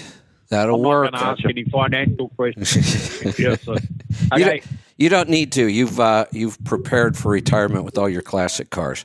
Let's go to Pennsylvania. AJ, welcome to the program. Yeah, Kevin, thanks for taking my call. Good morning to you. Good afternoon to Joel. How you doing? Just like Paul there. You can just call without anything on your mind, and once the show gets started, you got plenty to talk about. But I'm gonna stick to the topic that I called about, mainly because my head's going all over the place, and I went back and listened to my call from yesterday. I sound like a soup sandwich, but I want to keep the point on. so I'm not all over the place. I called about, I told Kevin about this truck a little bit yesterday. It's a 20, I didn't get real specific with him, but it's a 2014 Cascadia, a DD15, 250 gears in it with a direct drive transmission, single axle. The front axle is the drive axle, and the rear axle is the dead axle. My concern is this winter I'm going to be staying up north in the northeast, and I had a couple of rough spots with some snow last year when I came back home. I tried to stay down south all winter, and then I came back home and had a couple of spots where I didn't know I was going to be able to back up to the door. It was a little bit of an incline going up to the door, and there was just a coating of snow, and it had frozen. So one of the things I plan on doing is getting a little salt and sand mix and a 5-gallon bucket and leave it in the truck. Throw some of that down. But what kind of techniques do you use? I can drop the air in this thing. I don't know if that helped me last time or not. It was pretty rough. But. So one of the things that you can do, and there are several things, but one of the things that you can do on a tag axle arrangement, and this is the big problem with a tag axle, is when you're in reverse with a torque reactive suspension. You've got the dead axle back there still on the ground, and especially when you go to contact the trailer and you put a little weight on the frame rails, it's loading up that tag axle, and then the bags start to inflate, and it just becomes very problematic backing under trailers. So you can do something as simple as wedge a block of wood in between like the spring and the frame and dump the air, and that will put the weight on the drive axle. I prefer to use, typically in this type of axle arrangement, Timbren auxiliary suspensions. They make a rubber block that bolts to the frame, and it goes right over top of the drive axle, and you just put the rubber block on the drive axle. When you dump the air, that helps to transfer weight to the drive axle, and that will help you with traction. The other thing that you really have to pay attention to with a tag axle arrangement that doesn't really bias weight effectively is tire pressure. In the wintertime, you're going to want to run a little bit lower tire pressure. When it's cold out, when you have a chance of snow, you don't get crazy with it, but I would start backing it down till you really start to notice a decrease in fuel efficiency. You don't want to kill your fuel efficiency just to pick up a little bit of traction, but that will also help, is to, get that contact patch a little bit bigger. Are you running wide base singles, or do you have duals on the truck? I got duals. Okay. That will help because you have more biting edges there. So, those are some pretty simple things you can do. Yeah. Keep your sand with you, or an easier way, in my opinion. I love them auto socks. They go on and off very easily, and they absolutely work. They're very nice. Having the dump valve on the dead axle by itself is also a way that you can load up that drive axle and get some better traction. So those are some things that you can do. Fifth wheel placement is pretty critical. Keeping it as far forward as legally possible without, getting the frame into the landing gear on the trailer. That's going to help you. Keeping that kingpin weight centered directly over the drive axle will really help as well. So those are some things that you can do to help you maintain traction in the snow with a tag axle arrangement. All right, great. Appreciate it. I was going to ask about the auto socks. That was going to be one of my questions. Yeah, great. I'm not throwing iron. Yeah, get them. Yeah, so carry them. Keep that in mind. Yep. Yeah, and it's better than chains because they take up less space and less weight. But so much better. So what was the name of the company that puts the auxiliary rubber blocks? The auxiliary rubber block suspension is a company called Timbren, Timbren. And you can find them online, and they mostly make stuff for like pickup trucks and whatnot. But if you play around with their website, you'll find the like universal fit for heavy duty trucks, and then you can get into it. and call them. They're very helpful people, and they will help you get what you need to put that auxiliary rubber block suspension on there. And that way you just, you're not trying to jam or wedge a piece of wood in there to help transfer. It's just, it's done. You dump the air, the It's rubber clean. block sit down on the axle. It weights the axle down. Yeah, it is. Yep. It is. Good idea. So definitely helpful when you don't have weight. And, our fuel hauler could also do that too. I was just thinking about that. The guy that had the very lightweight truck, he could put a rubber block, auxiliary rubber block on there, and it would help him as well. Good stuff. All right. Hey, while you were covering that call, I just I had a thought, and I went and ran some numbers. So I know there are probably a lot of people going, oh, why are you picking on an 18-year-old girl for buying a new car? She's going to pay for it herself. And if she is, kudos to her. But I just want people to understand the power of time when it comes to money. This girl's 18. I ran some numbers. So a new Kia is going to cost you $25,000. I mean, that's a rough number. I don't know exactly what model she got, but $25,000 is a good guess. Joel, you and I have had similar histories in life. At 18, would a $5,000 car work for you? Even today. And I'm not talking about, $5,000 to buy a new car. But today, at 18, going to college, working part-time, I can find a $5,000 car I'd be happy with. Brother, I got a 2008 Ford Focus that, you know what I mean? So it works. Yeah. There you go. So exactly, so I drive that around for work. Absolutely. Let me just give an alternative. Now, here's something else to think about. That 18-year-old has the rest of her life to experience a new car at some point. You don't have to be in a big hurry to do it right now. You have the rest of your life. But on this one purchase, if instead of buying a $25,000 car, and I'm not taking into account interest, I'm just going to go with the $25,000. She's going to pay back much more than that, but we'll go with the $25,000. We're going to take $5,000 away to go buy a good used car, and we're going to invest the $20,000 into the S&P 500 for the next 40 years. And we're not going to touch it. We're not going to worry about ups and downs in the market. We're just going to put it in there, and we're going to set it and forget it. I don't want to put people on the spot, but it's kind of funny. Take a guess at how much she's going to have at retirement. She's never, ever going to put a single penny more into retirement. She's just going to take this one-time purchase at 18. Instead of buying a $25,000 car, buy a $5,000 car, invest the $20,000 in the S&P 500. Take a wild guess how much money she'll have. Jesus. I've seen this done before. I know it's a stupid amount of money, stupid, like right? $1.5 million. I mean, it ends up, it ends up crazy. Yeah, it's $905,000. That is nuts. Isn't that crazy? That is just nuts. Yeah. The value of time, man. When you can start early like that, and it's like huge. I said, I'm not really a financial guru by any stretch of the imagination, but my kids and stepkids, I was on their ass about this stuff early Good. on.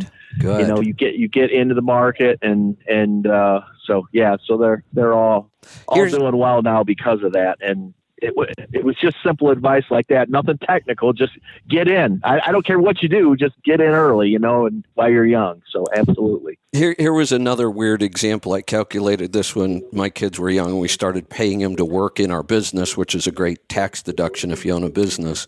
And it's really simple. But they were like 9 and 10, roughly. And they, no matter how much work they had to do, they got paid $75 a month. I mean, that was it. So, and they were filing stuff, and, I think that's good for kids to do that kind of stuff.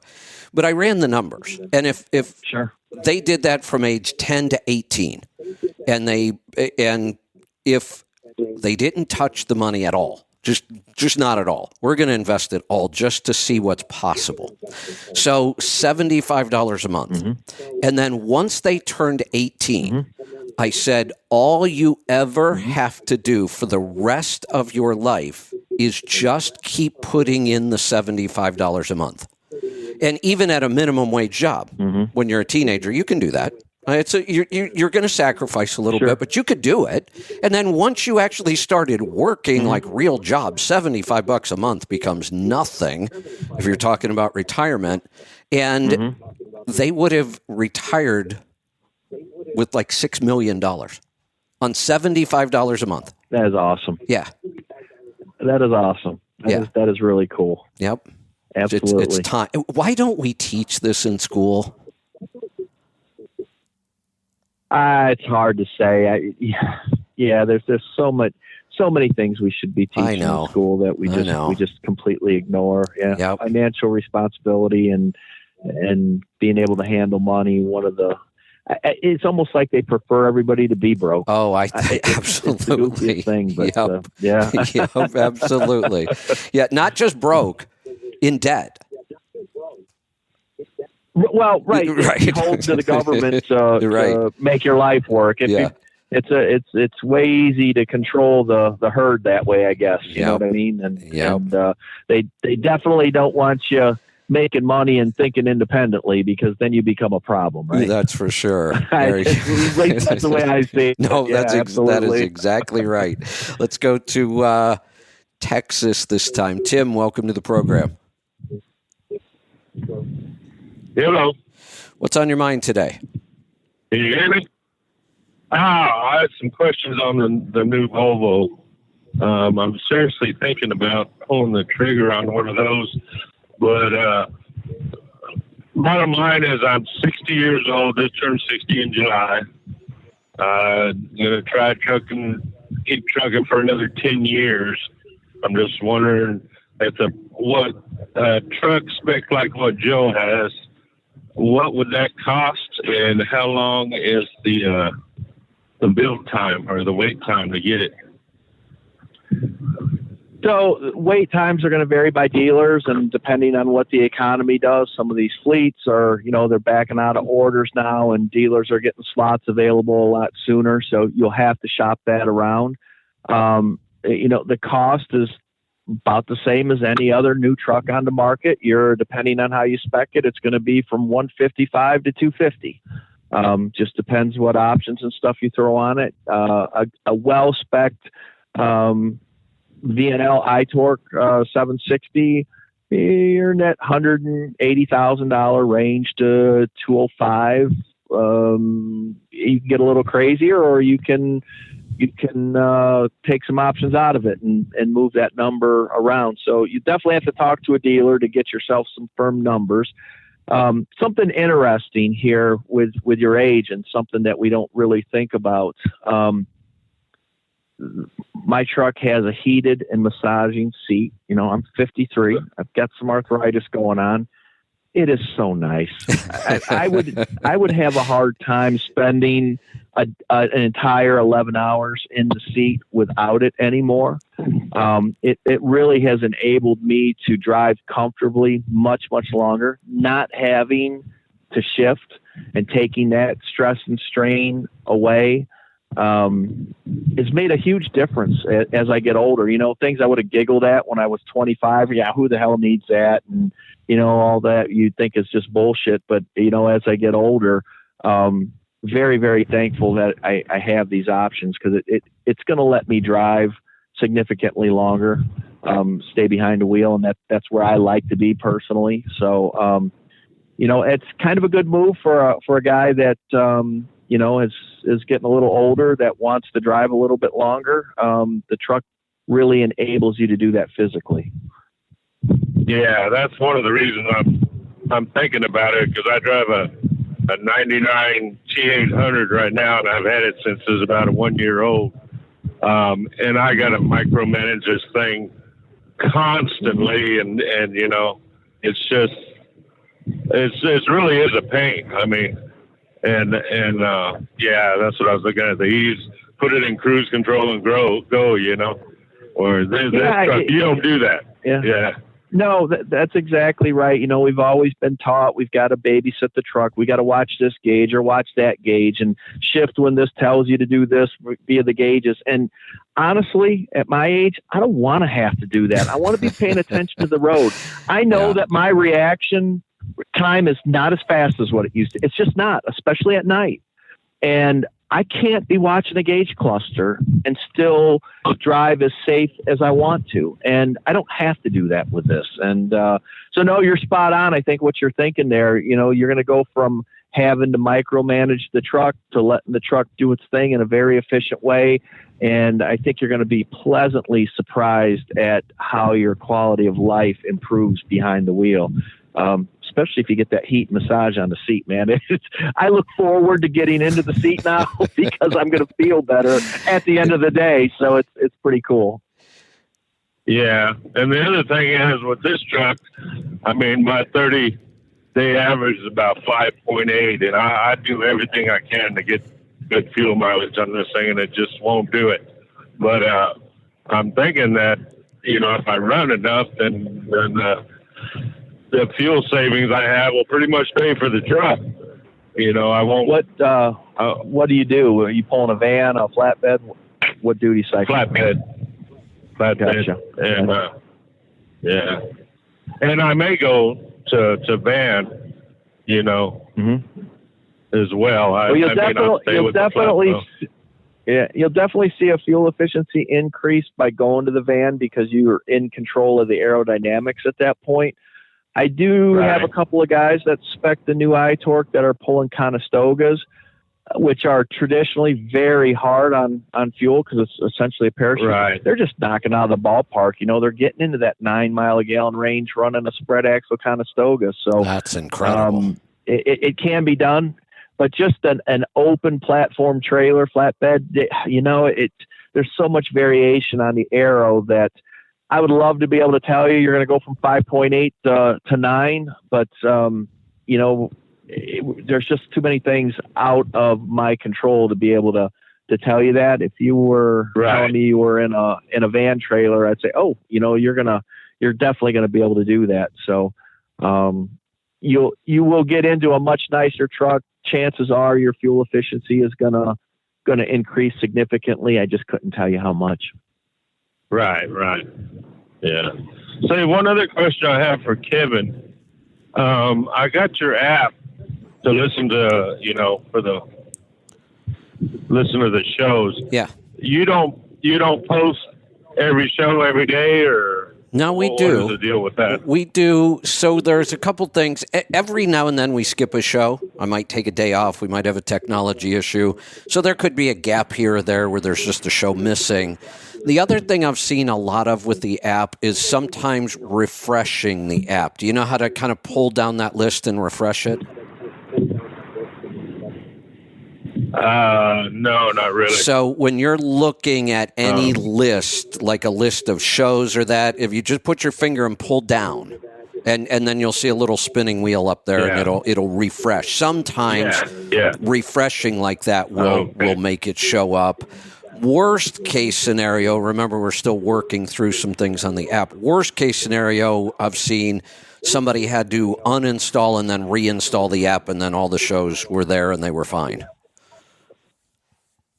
Okay, but just try that refreshing like first. 10 days behind. Okay, I will. Yeah, I will. I think that might be what's going on. Yeah, the shows get posted. They upload automatically when we're done, and Aaron is sitting there waiting. They're posted usually within minutes of us being off the air. Oh, okay. Yeah.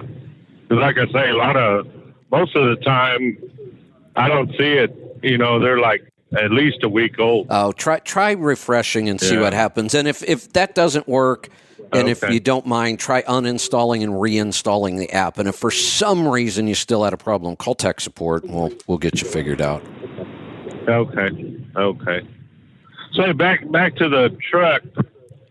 Do you think it would be feasible to do with only 10 years left to drive it? Oh, absolutely.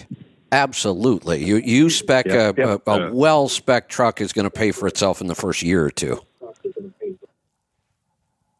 Yeah. And it's going to make your life so much better on the road. It's hard sometimes to get people to kind of understand how it improves your quality of life, but it absolutely does. There's just like the dynamic steering option on this. And, I'm a driver, and I like to drive, and I like the road feel and whatnot. And I was kind of blown away by how much easier dynamic steering makes the truck. You know, it corrects itself for a broadside wind. How cool is that? Yeah. You're not fighting that wind, running out across Wyoming. Wow. It just kind of steers itself back, and you literally can set back and then focus on the safety part of things. And I think that's very important as we start to get older. Eyesight's not quite as good. Reaction time's not quite as fast. We know this. We don't like to admit it, but we all know it. And, you know, being able to focus on the safety issue as we get older, to me, is extremely important, not having to babysit the truck and jump through hoops to get it to 6 miles a gallon. The truck is smart enough nowadays to do it on its own. Let's just concentrate on the safety and enjoy the ride. Hey, Joel, when I that steering, is that go ahead. Sorry, go ahead. You're fine. Go ahead. I was going to say, is that steering, is that an option or is that dynamic steering it is an option. Obviously, power steering is standard, and this is an option that just kind of puts, I don't know, power steering on steroids. It's just really, really nice. When you drive it, you just be blown away by it. It's nice to have. Yeah, I was about to say that cool. When I first started, Joel, this whole idea of, you know, making the truck safer, more comfortable, easy to drive. When I first started talking about and testing auto shifts, I got told many, many times, you're not a real truck driver anymore. Oh, Jesus. I hear that all the time. Buy a real truck. You're not a truck driver. Yada, yada, yada. I know. Okay, whatever. I know. You know? Yeah. So, but remember, and with cars was kind of the same thing back in the day. If you didn't have a Chevy, a Ford, or a Dodge, you were a communist and get out of my face and yada, yada, yada. So, right. Yeah. The industry will come around because the fact of the matter is it's just a beautiful truck to drive. It just absolutely is. Yep. And so, you know, the brand acceptance, they are the youngest brand, major brand in the marketplace, and Volvo is. And you know, this is going to come around with a new engine. The power's there, the speed is there, the performance there, everything's right. The dynamics of the steering and the ride and whatnot have always been first class on a Volvo. It's even a little sharper now. So when we combine all of those things into one package, a lot of people's opinions are going to change once they get behind the wheel. Yeah. There you go. I agree. Do you have it printed out anywhere where the specs, the way your truck is spec'd? Here's how you do it. You go into a Volvo dealer and you say, I want an iTorque. And they hit a button and that gives you the spec. So you're looking for the iTorque spec. Yeah, I got that, but does that put in the steering too? And obviously not the seat, but you know what? If you get a hold of me, can you at Joel at alphadrivers-tc.com. I will help walk you through this, and we'll get you what you want. I've got a couple of guys right after the show that I have to call. They're same thing, you know. They're very interested. They love the idea of this, and they want to make sure they get it right. So I'm helping to walk a few guys through some specs right now. So hey, Joel. You can send me a message to my email. Mm-hmm. Go ahead, Tim. Finish up, and I'll. I was going to say just to make sure I got that website right. Is Joel at Alpha Drivers TC -TC a little dash, not -TC.com. Yep. Send me a message there, and we'll get you. I am super buried. It may take me a minute to get to you, but I will get to you. Oh, that's fine. That's fine. Yep. Okay, go ahead, Kevin. Now I forgot what I was going to say. It must not have been important. It'll come back to me, maybe. Sorry to mess you up there. No problem. It was probably just something sarcastic anyway. It's Friday. Right. Well, I've listened to you for a bunch of years, and I do appreciate all you do for us, and you know, you've helped me a bunch. Good. Yeah.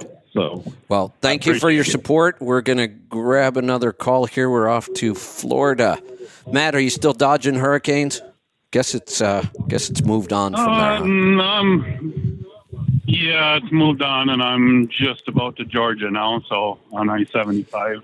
Oh, well, you're kind of chasing it back. Sunshine here. Yeah, it might come around and slap me on the side again yet. Yeah. What's on your mind today? Wade's call earlier I thought was a very, very good call, and Yeah, agree with it was. both sides of the argument, and I appreciate them putting the numbers together.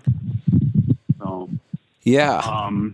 Really, I'm just that your Friday sarcastic type call here today. You were talking about the young girl in the car, and you mentioned the cost of insurance for an 18-year-old brand new vehicle. Right.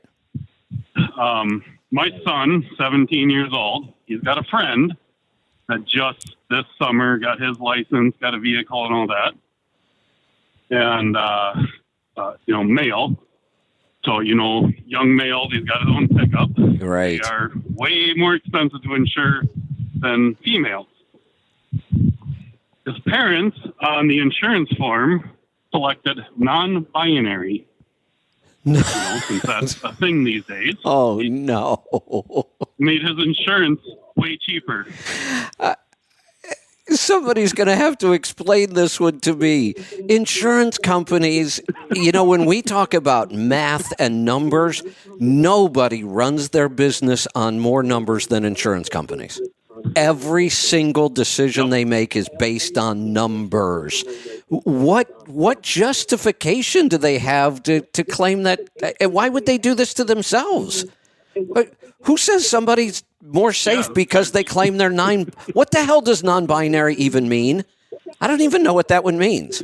I guess it means you don't know what you are. I thought binary You're had one of the other genders. Isn't that a computer term? What the hell does the word binary even mean? It is. I don't even know. 0. That's what I thought. Yeah, that's what I thought. I thought it was that whole 1-0 thing. But what does that have to do with who I want to sleep with?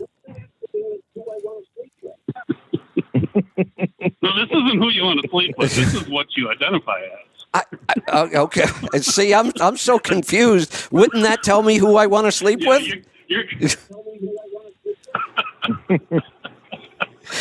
That's a different category. Okay. Yeah. Holy cow. And what does it have to do with insurance? So,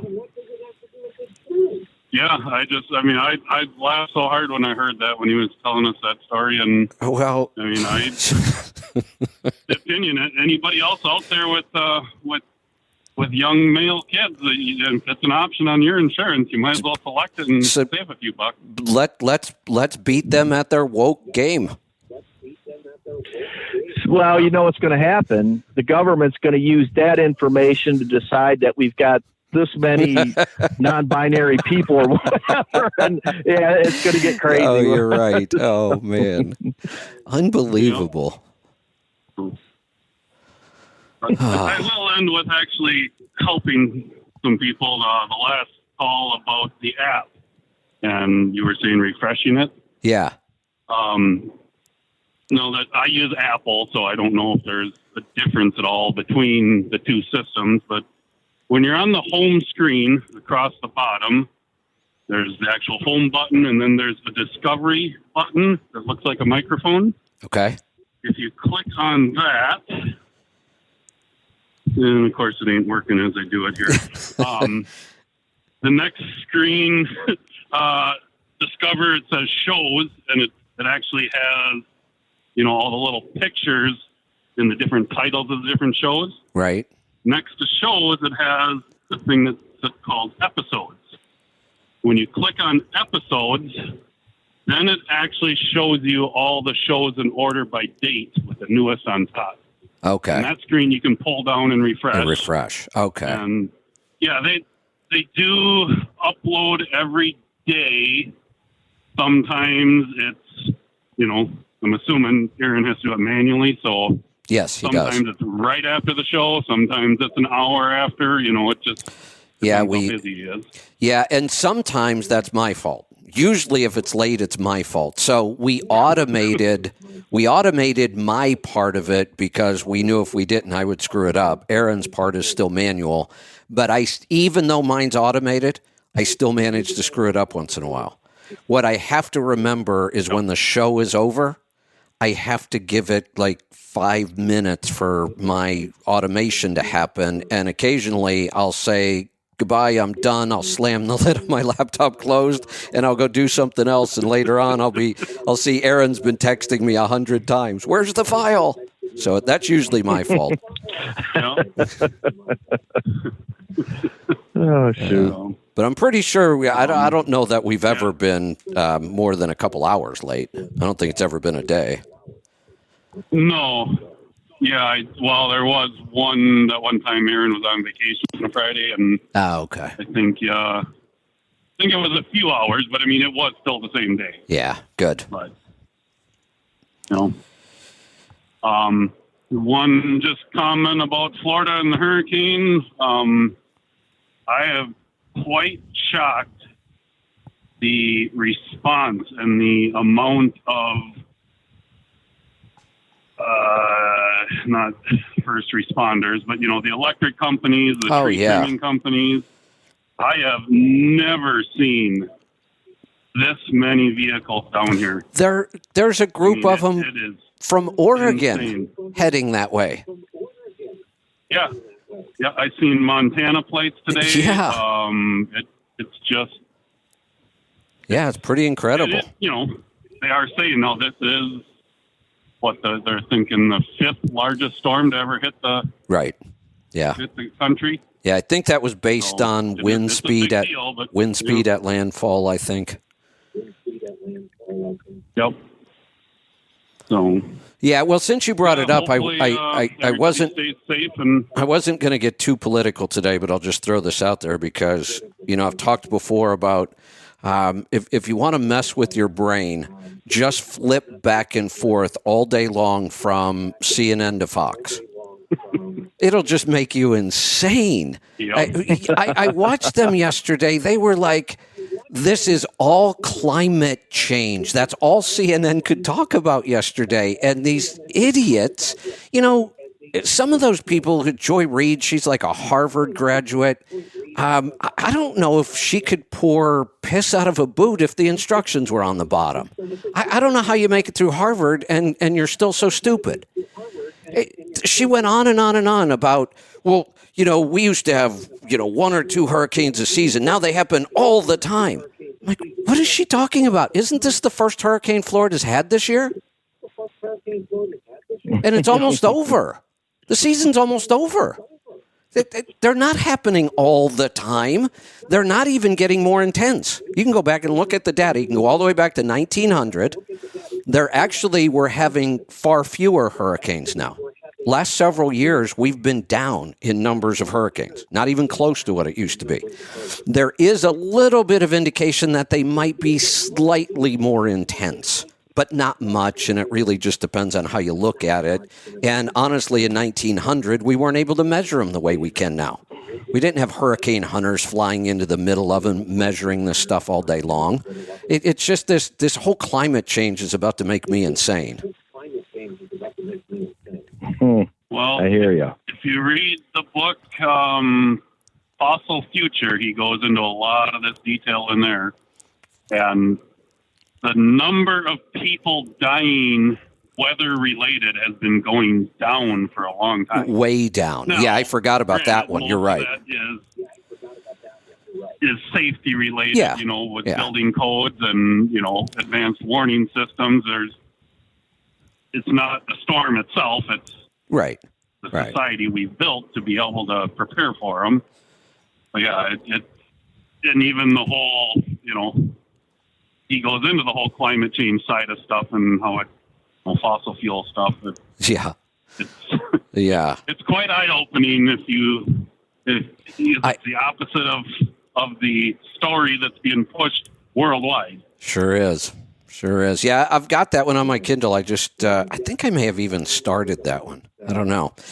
Calls are piling up again. Let's knock them out. We're going to go to Scott in California. Welcome. Hi, thanks for having me. You guys were, I got a bunch of things, but Joel was just talking about improving traction in the snow with that lift axle.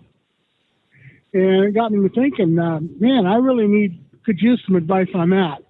I've got I believe it's called a 6x4, but I have a locking front and rear differential. Well, wait. Hold worse than hold on. running without it. Let me make sure we're hearing you correctly. You can lock the front axle itself together. Is that correct?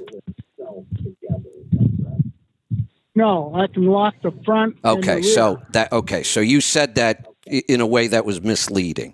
Virtually every 6x4. No, that's okay. I just want to make sure the other people listening know what we're talking about. Virtually every 6x4 on the road can lock the two differentials together. That's our power divider. But there are trucks that can lock, or there are differentials where you could lock the differential itself.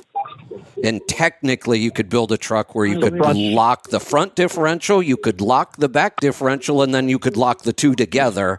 Good luck getting around a corner, but you could do it. So yours is just a really side to side. Yeah, yours is just the really standard 6x4 that we've had forever. Yeah, I used to have drive a truck that was locking differential, and that was so much better than what I have now. Yeah, honestly, a 4x2 performs much better in bad conditions than most 6x4s, almost every time. So here is the science behind this. So what we've learned is when you look at your gross combination vehicle weight, if you can get 25% of that weight onto a drive axle, whether it's a 6x2 or a 4x2, your traction potential in on-highway situations is actually better than a 6x4 that splits the weight 50-50 between the axles. Yep. And it is absolutely true. I have videoed running through alleys that you're knee deep in snow where I meet that traction threshold requirement, done the calculations, jump in the truck, and you blow right through the snow, and the 6x4 will have issues doing that. The problem is that here in the United States, we have some weight limitations on our steer axles. Everybody will spec a 12 or 12.5 or even a 13.2 steer axle where you need 14.6 to 15.1 in order to place the fifth wheel in a location where you can get the proper weight distribution in order to meet that 25% threshold on the drive axle. So it becomes challenging that way. It's something that we have never really thought about because we've always ran 6x4s. The predominant mindset is that a 6x4 is always better with traction, and that absolutely is not true. No, it's not. The problem is that we've never been spec'd optimally to really prove that. I've had several trucks over the last 10 years that have had very close to optimal specs. My truck I have now, when I get the wider front tires on it, will have a 15.1 front axle capacity. At that point, I'm optimal, and I have zero traction issues in the snow. I go anywhere a 6x4 can go on highway with no issues at all. But it definitely requires the engineers to sharpen their pencil and get that weight distribution right. And it's something that the OEMs, the engineering staffs have struggled with. In fact, most of the OEMs, they're not even really aware of that 25% traction threshold rule that's pretty common over in Scandinavia, and that's where I learned it from. Once you understand what you're shooting for, that target, becomes relatively easy to build the truck. Hey, Joel, you know what? It seems really crazy. My first truck, I bought that white Road Boss 2 from Roadway. Probably had 4 million miles on it by the time I got it. That was a 6x2 with a tag axle, but they did one simple thing. Didn't require a whole lot of technology at all, but like the caller we had today with a 6x2 that's just totally dead. No kind of weight transfer technology at all. All they did on this one, they stuck an airbag between the forward axle, the drive axle, and the frame. And you pressed a button and you inflated the airbag on that axle, and it shifted the weight. I mean, it didn't pick the back axle up. The suspension would weight biasing. Absolutely. It was a simple airbag and a switch. That's all it took. Why don't they just do at least that much when they build a 6x2 today?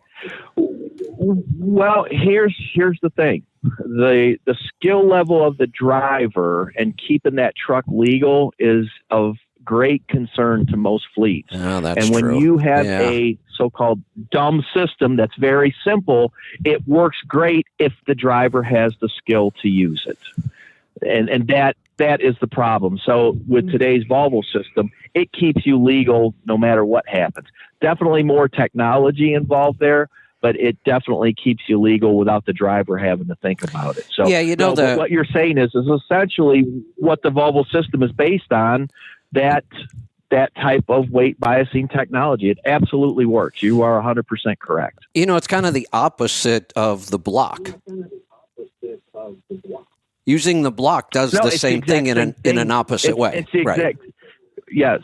Right. You're dumping the air out of the airbags in order to put the weight, or you're inflating an airbag, but they're both loading the drive axle. So it worked exactly really right. well. Yep. I can't count how much, because I was doing local P&D work with that thing, so I was in and out of parking lots all day. I was in Northeast Ohio in the snow belt. You know where I'm talking about. So I can't count how many times that thing got me out of a parking lot. Right. So you understand what I'm talking about when we talk about weight biasing. Yeah. What people didn't understand was what was the target that we were shooting for. Right. So putting it in terms of 25% of gross, then it starts to click with a guy like you that's like, hell yes, I've done that. I just didn't know I was doing it. Exactly. And when you put a little air gauge on there and you weigh it and you start doing the calculation, you'll be running it out. Well, hell, I'm only at 18. If I put some air to it, I'm at 25. Boom, there off you go. You know, yeah. And it absolutely works. Yeah. Yep. Anything else, Scott? So what would be the easiest? On the same topic, sounds like an easy thing to do would be to just dump the air out of my rear non-drive tire. The problem you run into on a 6x4 when you dump air on axles, you're not keeping your driveline angles aligned properly, and you're going to eat up U-joints and seals and all kinds of stuff. The torque reactive suspensions that we run here in the United States were not designed to run down the road without any air in them. Now, the Primax suspension that I have on my truck, I can dump the air. It will still maintain driveline angles, and I could run at 60 mile an hour with no air in the suspension.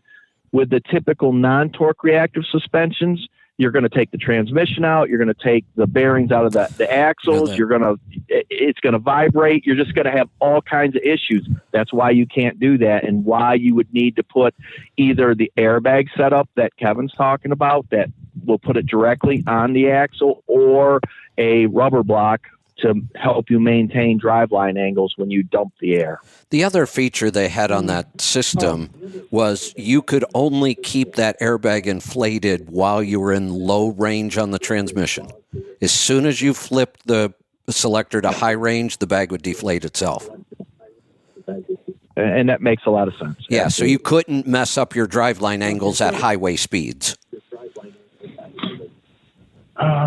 I would only be using it just for startability. Exactly. That's all you ever. Right.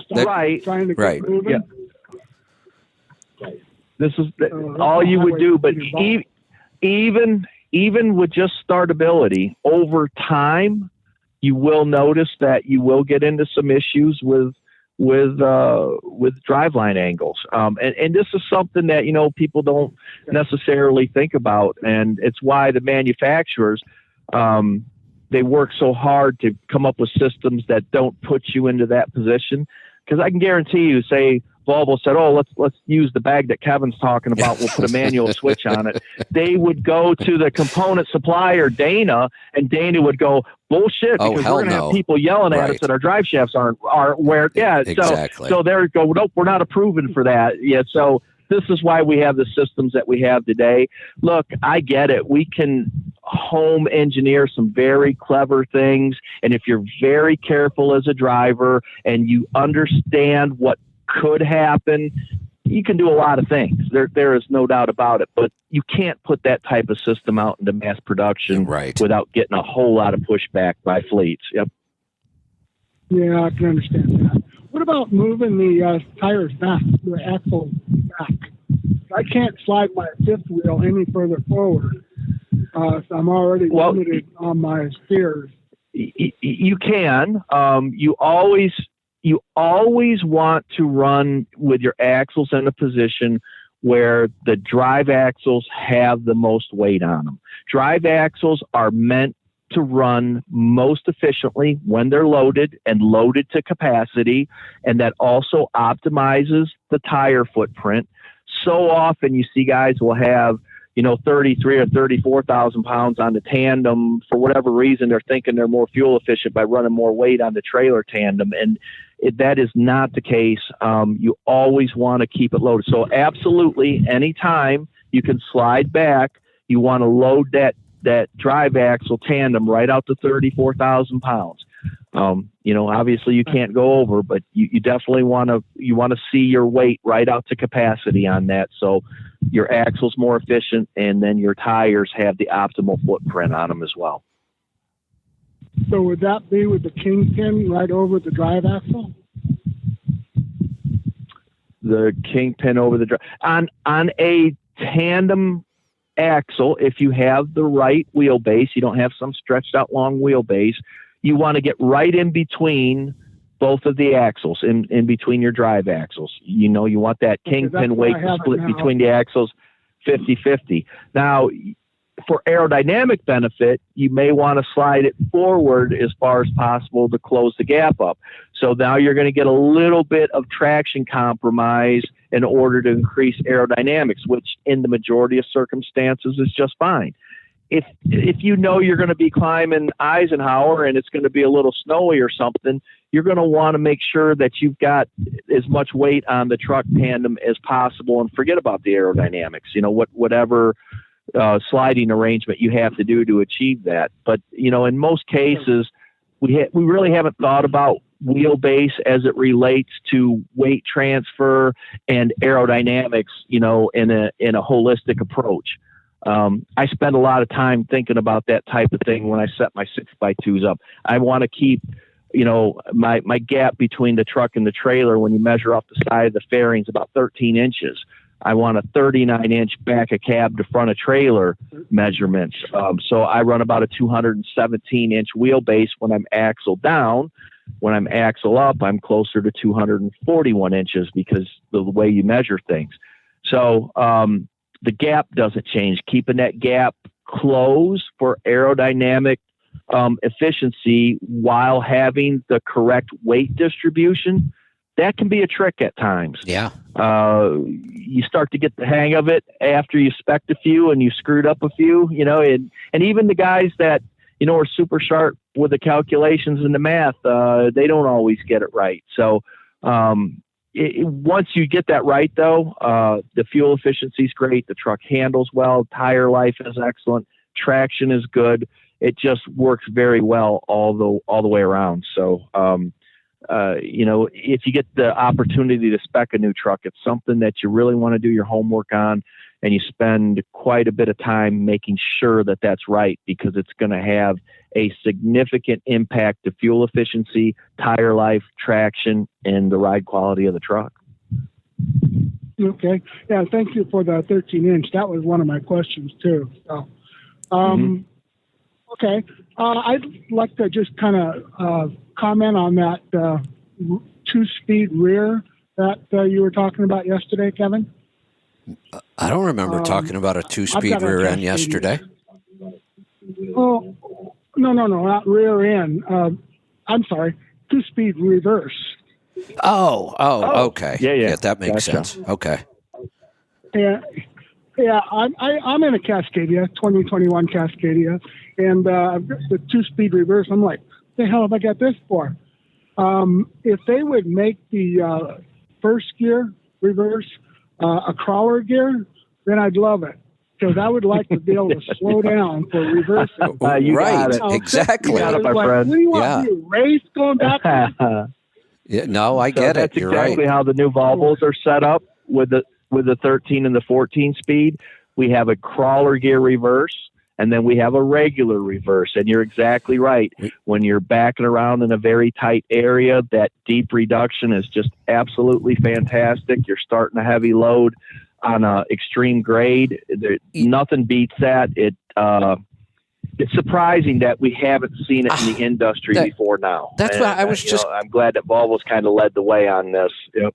I was just going to say, we could have, this would have been nice 30 years ago, but it absolutely should have happened when we started putting in auto shifts, the two pedal. That's when it really showed up as how awkward it was, because prior to that, a decent driver could use the clutch to do this. You know, you just feather the clutch a little bit, and you're fine. It'd be nice to have a gear where I didn't have to do that. But once they went to the two pedal auto shift, I have been teaching people for years to use the brake like the clutch in that setup.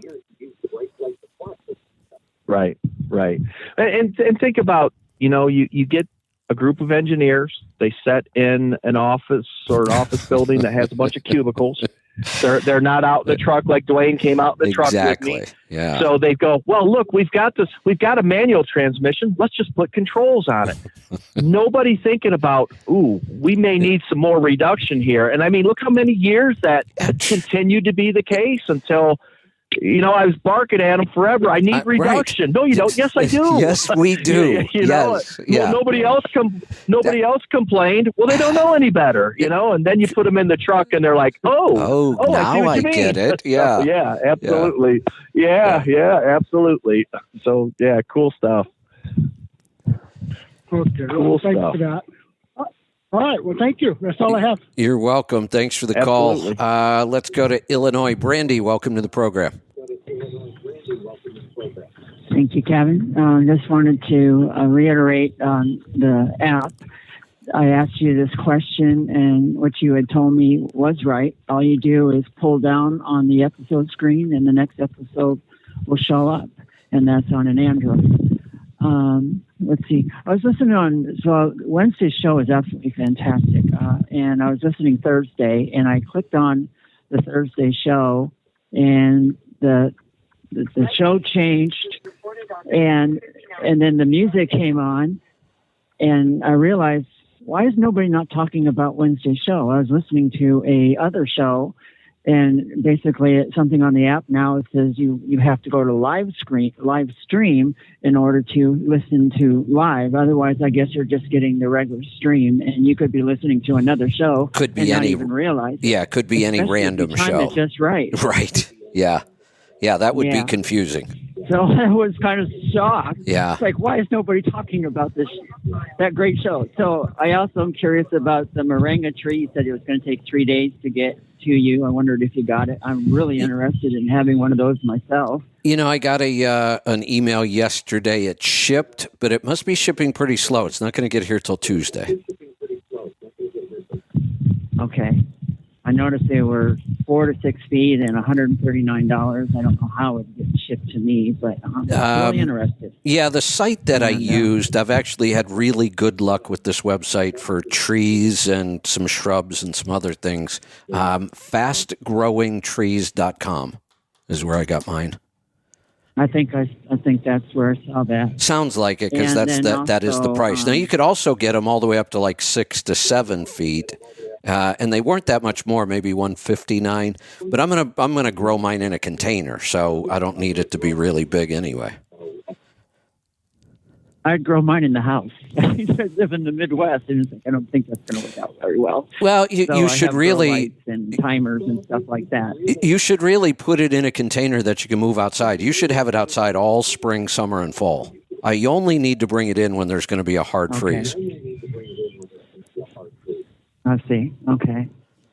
And then on that binary thing, this is going to be way out there, but when you think of into the abortion thing and they call this tissue, well, isn't that another way to say, well, if you don't identify anything, can you just simply be identified as tissue? Yeah, I guess. Anyway, yeah. That's just my take on going down the insurance road of non-binary. Why don't you just say, I'm tissue? Yeah, we're just a blob of tissue. That's all. Yeah. Wow. Well, that's all I have. All right. That's all we need. Thanks for the call. Let's go to New York. Jack, welcome to the program. Hello. What's on your mind today? Hello. Hi, yes, on the app. You need to be logged into the app in order to get the refresh shows. If you're not logged into the app, you won't get the latest shows. When do you get them then? Well, you get them every day. The only problem is if you're not logged in to the app itself, you won't get the refresh shows. You need to be logged into that. And what happens also? Wait, hold on, because I'm a little confused. If I can't refresh the shows, then how would I ever have access to any shows? Well, you can refresh the shows, but what I'm saying is you're going to get the latest shows if you're logged in through the app or what I think is fuel gauges. Correct. That it is temporarily on. The biggest advantage to being logged in is then you can customize which shows show up for you. You can bookmark shows. So there is a difference when you're logged in or not. But I'm not sure that was this person's issue. I mean, they should have been able to see all the available episodes. Well, not entirely, because if you're not logged in at all, sometimes it just doesn't refresh, and then when you log into the app itself, but hold on. If it doesn't refresh, what's showing up then? It'll show up some older shows, like that caller was asking. Okay, this to me sounds more like individual bugs, and we certainly have those. And then there's Android and Apple, but you should have access to all the shows logged in or not. We don't restrict your access to a show. Well, I just, since I'm on the Beta Warriors and I've been working on the app since you had it out, this was an issue that the best way to get a refresh show. Yeah, absolutely. Right. But it's not programmed that way is what I'm trying to say. We're not restricting access to shows because somebody isn't logged in. That's what I'm trying to be clear about. There may be a bug. It may not be working the way we wanted it to, but I don't want people to think that we're somehow restricting access to the show unless you're logged in. All we restrict logged in is just so you can. Okay. No, I know you're not, but it sounded that way to me. Yeah. So I want to make sure other people listening understand that that's not what you're saying. Well, because a lot of times what will happen is I'll be logged into the app, and then after several days it'll just boot me right off the app. I have to log back in to get the latest show, and that's the reason why I'm saying what I'm saying. But what I'm saying is I'm not disputing your experience. I know that happens to a lot of people. It doesn't happen every time. That's what I mean. This isn't the way it was programmed, but occasionally, and we've had upgrades, and sometimes that fixed it. Sometimes the upgrade broke it. But what I'm just trying to make people aware of is logging in does not give you more access to more shows, not on purpose. There could be they might not be showing up, and then you log in and they do, but that's not on purpose. Okay. All right. But just, by my experience, it's... Oh, no, I like I said, I'm sure that's your experience. I'm not disputing it. I just want to make sure everybody else understands that it isn't necessarily that way. Let's go to Indiana. Jim, welcome to the program. Hey, guys. I'm Jim. I identify as a male. What are your... hold on. What are your preferred pronouns? Truck driver and owner-operator. Got it. Okay. So I'm looking online, and I'm looking on truck paper at Volvos and stuff, and I'm looking at, let's just say 16 to 20, and I'm seeing some that have these ratios that are not favorable, like 308 in the 320s, and then I see some that have the shifter on the side of the seat, and then they have the shifting that's on the dashboard. What I've seen a few that are 264 gear ratio, and they're a 2017 model, but I'm not sure about any of the other specs. I don't know if they're TCs or any of that sort of stuff. So the majority of everything you're going to see in the truck paper to this point is going to be a VGT. There will be a few turbo compounded engines out there, but they're relatively new to the market, and the people that have them are really, really liking them. And so you're just not going to see much out there right now. 264 with an overdrive transmission has been Volvo's fuel efficiency spec for a decade now. That has been very, very common for them with the D13 VGT. It does okay. It's never going to be as good as a TC with the iTorque specs. It will do reasonably well, but it will not ever be as good as an iTorque spec. So just understand that up front. Volvo has two 13-liter engines, a VGT engine and a TC engine. The TC engine is significantly more efficient than the VGT. So I think a lot of people get confused. They say, well, I bought a Volvo and it doesn't get your fuel mileage. And it turns out it's a VGT with a 308. Yeah. So yeah, it's not going to. So understand that there is a significant difference. They look very similar. If you go to the turbo side of the engine on the TC, you'll see the turbo hanging out there. And then if you look up towards the firewall, you'll see what looks like another turbine housing back there. That's the easy way to tell the difference. If it doesn't say D13 TC, it's just the easy way to see the difference. As far as the shifter on the seat or in the dash, that's an option. You can have it either way, and it can be changed after the fact. I'm not sure what they charge these days to swap them out, but that can definitely be done if you prefer it on the seat and it's in the dash. I love the one on the seat, and on my last test truck, it came in the dash, and I had them swap it out. You'll have to go to a dealer to see what they're going to charge you to do that these days. I am not sure. It's been a while since I done one, a couple of years. So you can have that either way. You definitely, if you're running, on highway operation that's not out of the ordinary weight wise, you're going to be wanting to do the 264 in an older truck with a VGT. That's going to be your best option. The 308s and the 325s, we got some old school salespeople that maybe came in from a Kenworth dealer or a Peterbilt dealer, and that's what they ordered while they were working over there, and that's what they continue to order. And it's very hard to break that mindset that particular salesperson has. And so, yeah, we get some trucks that are still ordered that way, and probably will continue to see a few, although EPA is probably going to put a stop to most of that. You're not going to be able to meet greenhouse gas emissions with a truck running around with a 308 or a 326 gear. It's just not going to happen. So we'll start to see that fade out, but you will continue to see a lot of those in the used truck market. My advice to you is avoid them, or if you can make the deal, depending on how the used truck market is, include a re-ratio when you're buying the truck. And you can go all the way to 247 with an overdrive transmission with the D13 VGT.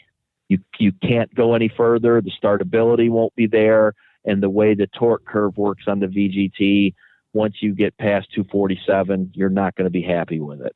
D13 TC makes a lot more torque down low, so we can run these more aggressive ratios. Are we looking at more like 2019 and above for TC type stuff with iTorque specs? Or what's the year? Well, TC starts in mid 2018. The Gen 1 didn't really catch on. So you're going to start to see them come on in about 2020. And as far as iTorque specs, this is brand new. This is just being released. Now, I have run versions of this spec that I built myself, put these ratios together and, played with parameters and whatnot. But officially, it was just rolled out this year. So to get an actual iTorque spec, it would be very, very difficult, if not impossible, in the used truck market at this point. 247 and maybe 226 overdrive. You might find a 226 overdrive. You'll certainly find 247 overdrives. They do reasonably well. I would not be afraid of them. The performance and the fuel efficiency is not going to be on par with iTorque, but it will be better than 264 with a VGT. So it kind of splits the difference. Okay. Well, currently I have a 2003 Columbia with a Series 60 and a nice 293 gear ratio with a 9-speed converted to a 13. And is that an old Swift truck? It's definitely an oddly spec truck. It's George Hexel truck from Swift, actually. Yeah. Okay. All right. Got it. I don't know if you remember George or not, Kevin. Yep. I remember that truck. Yeah. Yeah. That 293. Swift might have been the only company to ever spec that. And honestly, if you can run 55 to 60, it worked really well. Well, yeah, it worked well with the Detroit. Now for a 30-day Yeah. average. And usually in the summer, I'm in like 8.2, and I run anywhere between 63 and 66. Awesome. Yeah, for an old truck, that's excellent fuel economy. Yeah, very good. All right, good stuff. Hey, Joel, like the 60 Series Detroit. Oh, go ahead. Go ahead. Go ahead. I was going to say, if you like the 60 Series Detroit, when you come over to the D13 platform, they are very similar. In fact, when the 60 Series and the original D12, they came out right around the same time, there was a big battle over who copied who. So they're very similar, and you'll be very familiar with them. They had a big battle about that, who copied who, but you're going to do very well. The one thing you'll notice on the Volvo versus the Detroit, and this was always the main thing that differentiated the two, the D12 and the D13 made horsepower and torque at a lower RPM than the Detroit did. So you had to gear them different. And we Most people didn't realize it. They geared them exactly the same. Yep. And then everybody said, well, that engine's a piece of junk. It's getting 5.5 and it won't get out of its own way because we were never geared right. And so when you do gear them right, it completely changes the personality of the truck. I hate to admit it, but I was one of those guys. That engine's junk. I can't get it to do anything. Listen, the first couple that I owned had done the exact same thing, and I'm thinking, what in the hell is going on here? This can't be right. It took a lot of homework and a lot of research to figure it out. I was really excited about the engine. When I first started looking at it in the early 2000s, I was really excited about it. And then it was just awful when we put them on the road. And I'm like, what are we doing wrong here? Yeah, 13 speed with a 355. Yep. And we're thinking this ought to be perfect. They were awful. It just pulled it right out of its comfort zone. Yeah. I agree. Hey, I agree. I've got a thought, and I think about this kind of stuff all the time, and we've got projects that, our issue is we always have too many projects, not enough time and people, but I just don't like stopping to think about new projects. So I'm looking at, we have specs from trucks, I don't want to go all the way back to mechanical, but we still deal with a lot of people who have, pre-emission electronic engines. That, the stuff we kept running forever to stay away from emissions, still a lot of those around the gliders. We spec those differently. We've got the, engines starting around 08, 09. We spec those a little differently. Now we're to a point where we're speccing each truck very differently because they're so proprietary now. And then we're speccing them differently for different operations, even more than we used to. And I just got thinking, this might be a great opportunity for an app. I don't disagree with you. This is something that as a company, as Alpha Drivers Testing and Consulting, I'm getting just a ton of people call and say, hey, can you help me?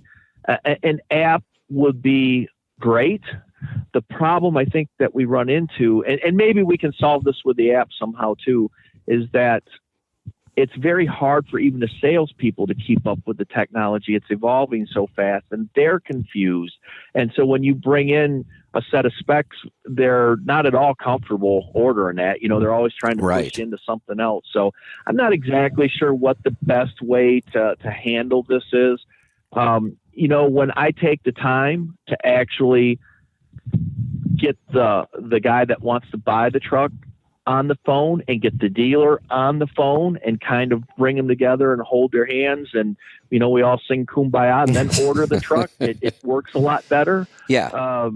I don't know what the solution is there yet. I agree. The app would be very educational for the guy buying the truck. How we can make the rest of that experience better with the dealerships, that's a whole nother thing. Yeah, that's an interesting and they all point. have this problem. Yeah. That's not just a Volvo thing. And like you said, it used to be all the trucks were basically the same. If a 355 worked in my Peterbilt with a Cat, it was going to work in my Freightliner with a Detroit. That is not the case anymore. Not even close. Not even close anymore. I mean, right.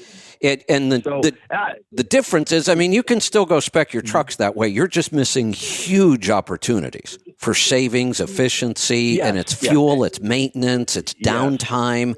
It's a big factor. And yes, and where it also is a huge factor that we have missed for almost a decade, and that everybody bitches about, the emission system. These junk emission systems, why didn't they design them to work? And this is bullshit.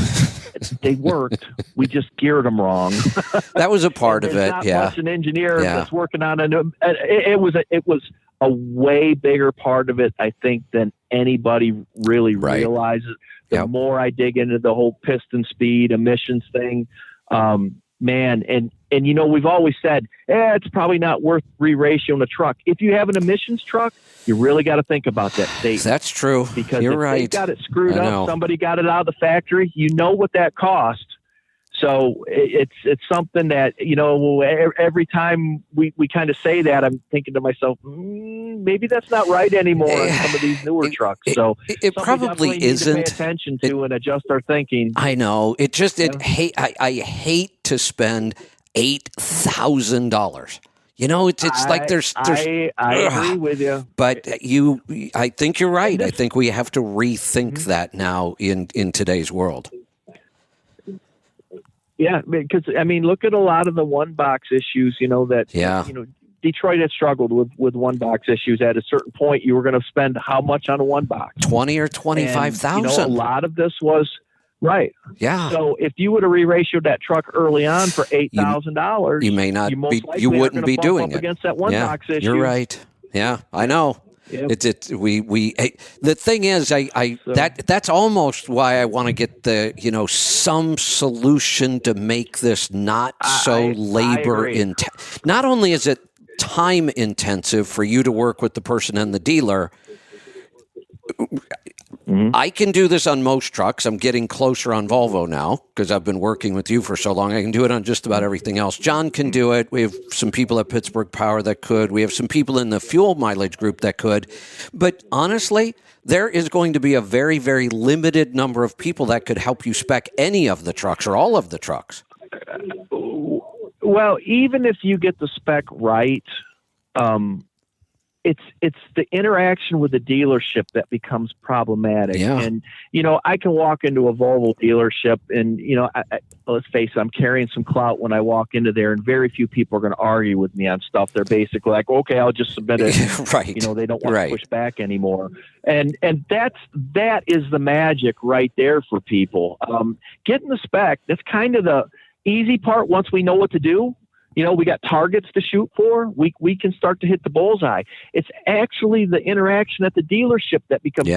They try to, no, you want the 308 with the VTT because yada. I mean, you hear some of this craziest stuff. So I would be very interested, Kevin, if maybe we could work a way that we can maybe, and I don't know how we would do it yet, but sit down and actually, that is a service I think that's valuable for an owner-operator to basically take that part of the equation where, we'd almost go into the dealership as like an alpha drivers and say, okay, here's the spec.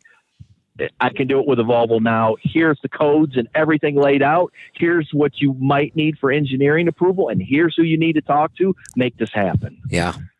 And skip the bullshit. Yeah. No, I agree. And if you think about it, our first concern, owner-operators, we want to help them. We want them to get it right.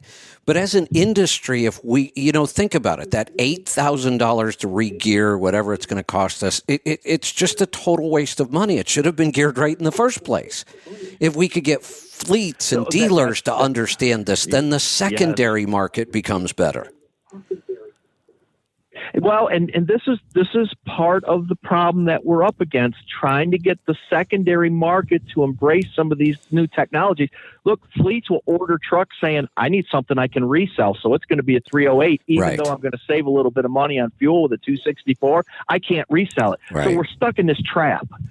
Trying to get, so what we're doing here, trying to push the ideas, the concepts, the technology into the grassroots, changes the secondary market's mindset. They start asking for the stuff, and then things that we're back-feeding technology into the fleets, if you can believe that. Yeah.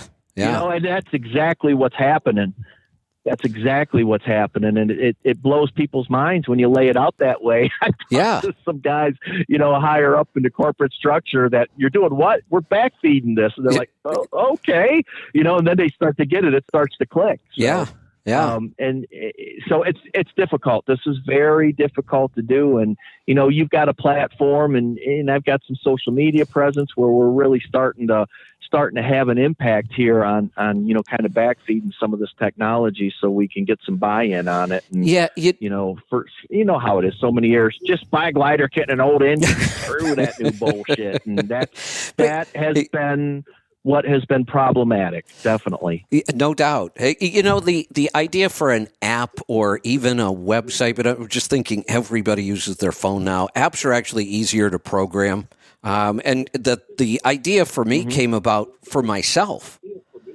It's getting hard with all the different proprietary platforms. Now we're excited about the International engine, but that's another one to try to keep track of. And there's so many different transmission options and rear end options. And I got thinking, I need a way to help me help other people so that I can keep all these straight.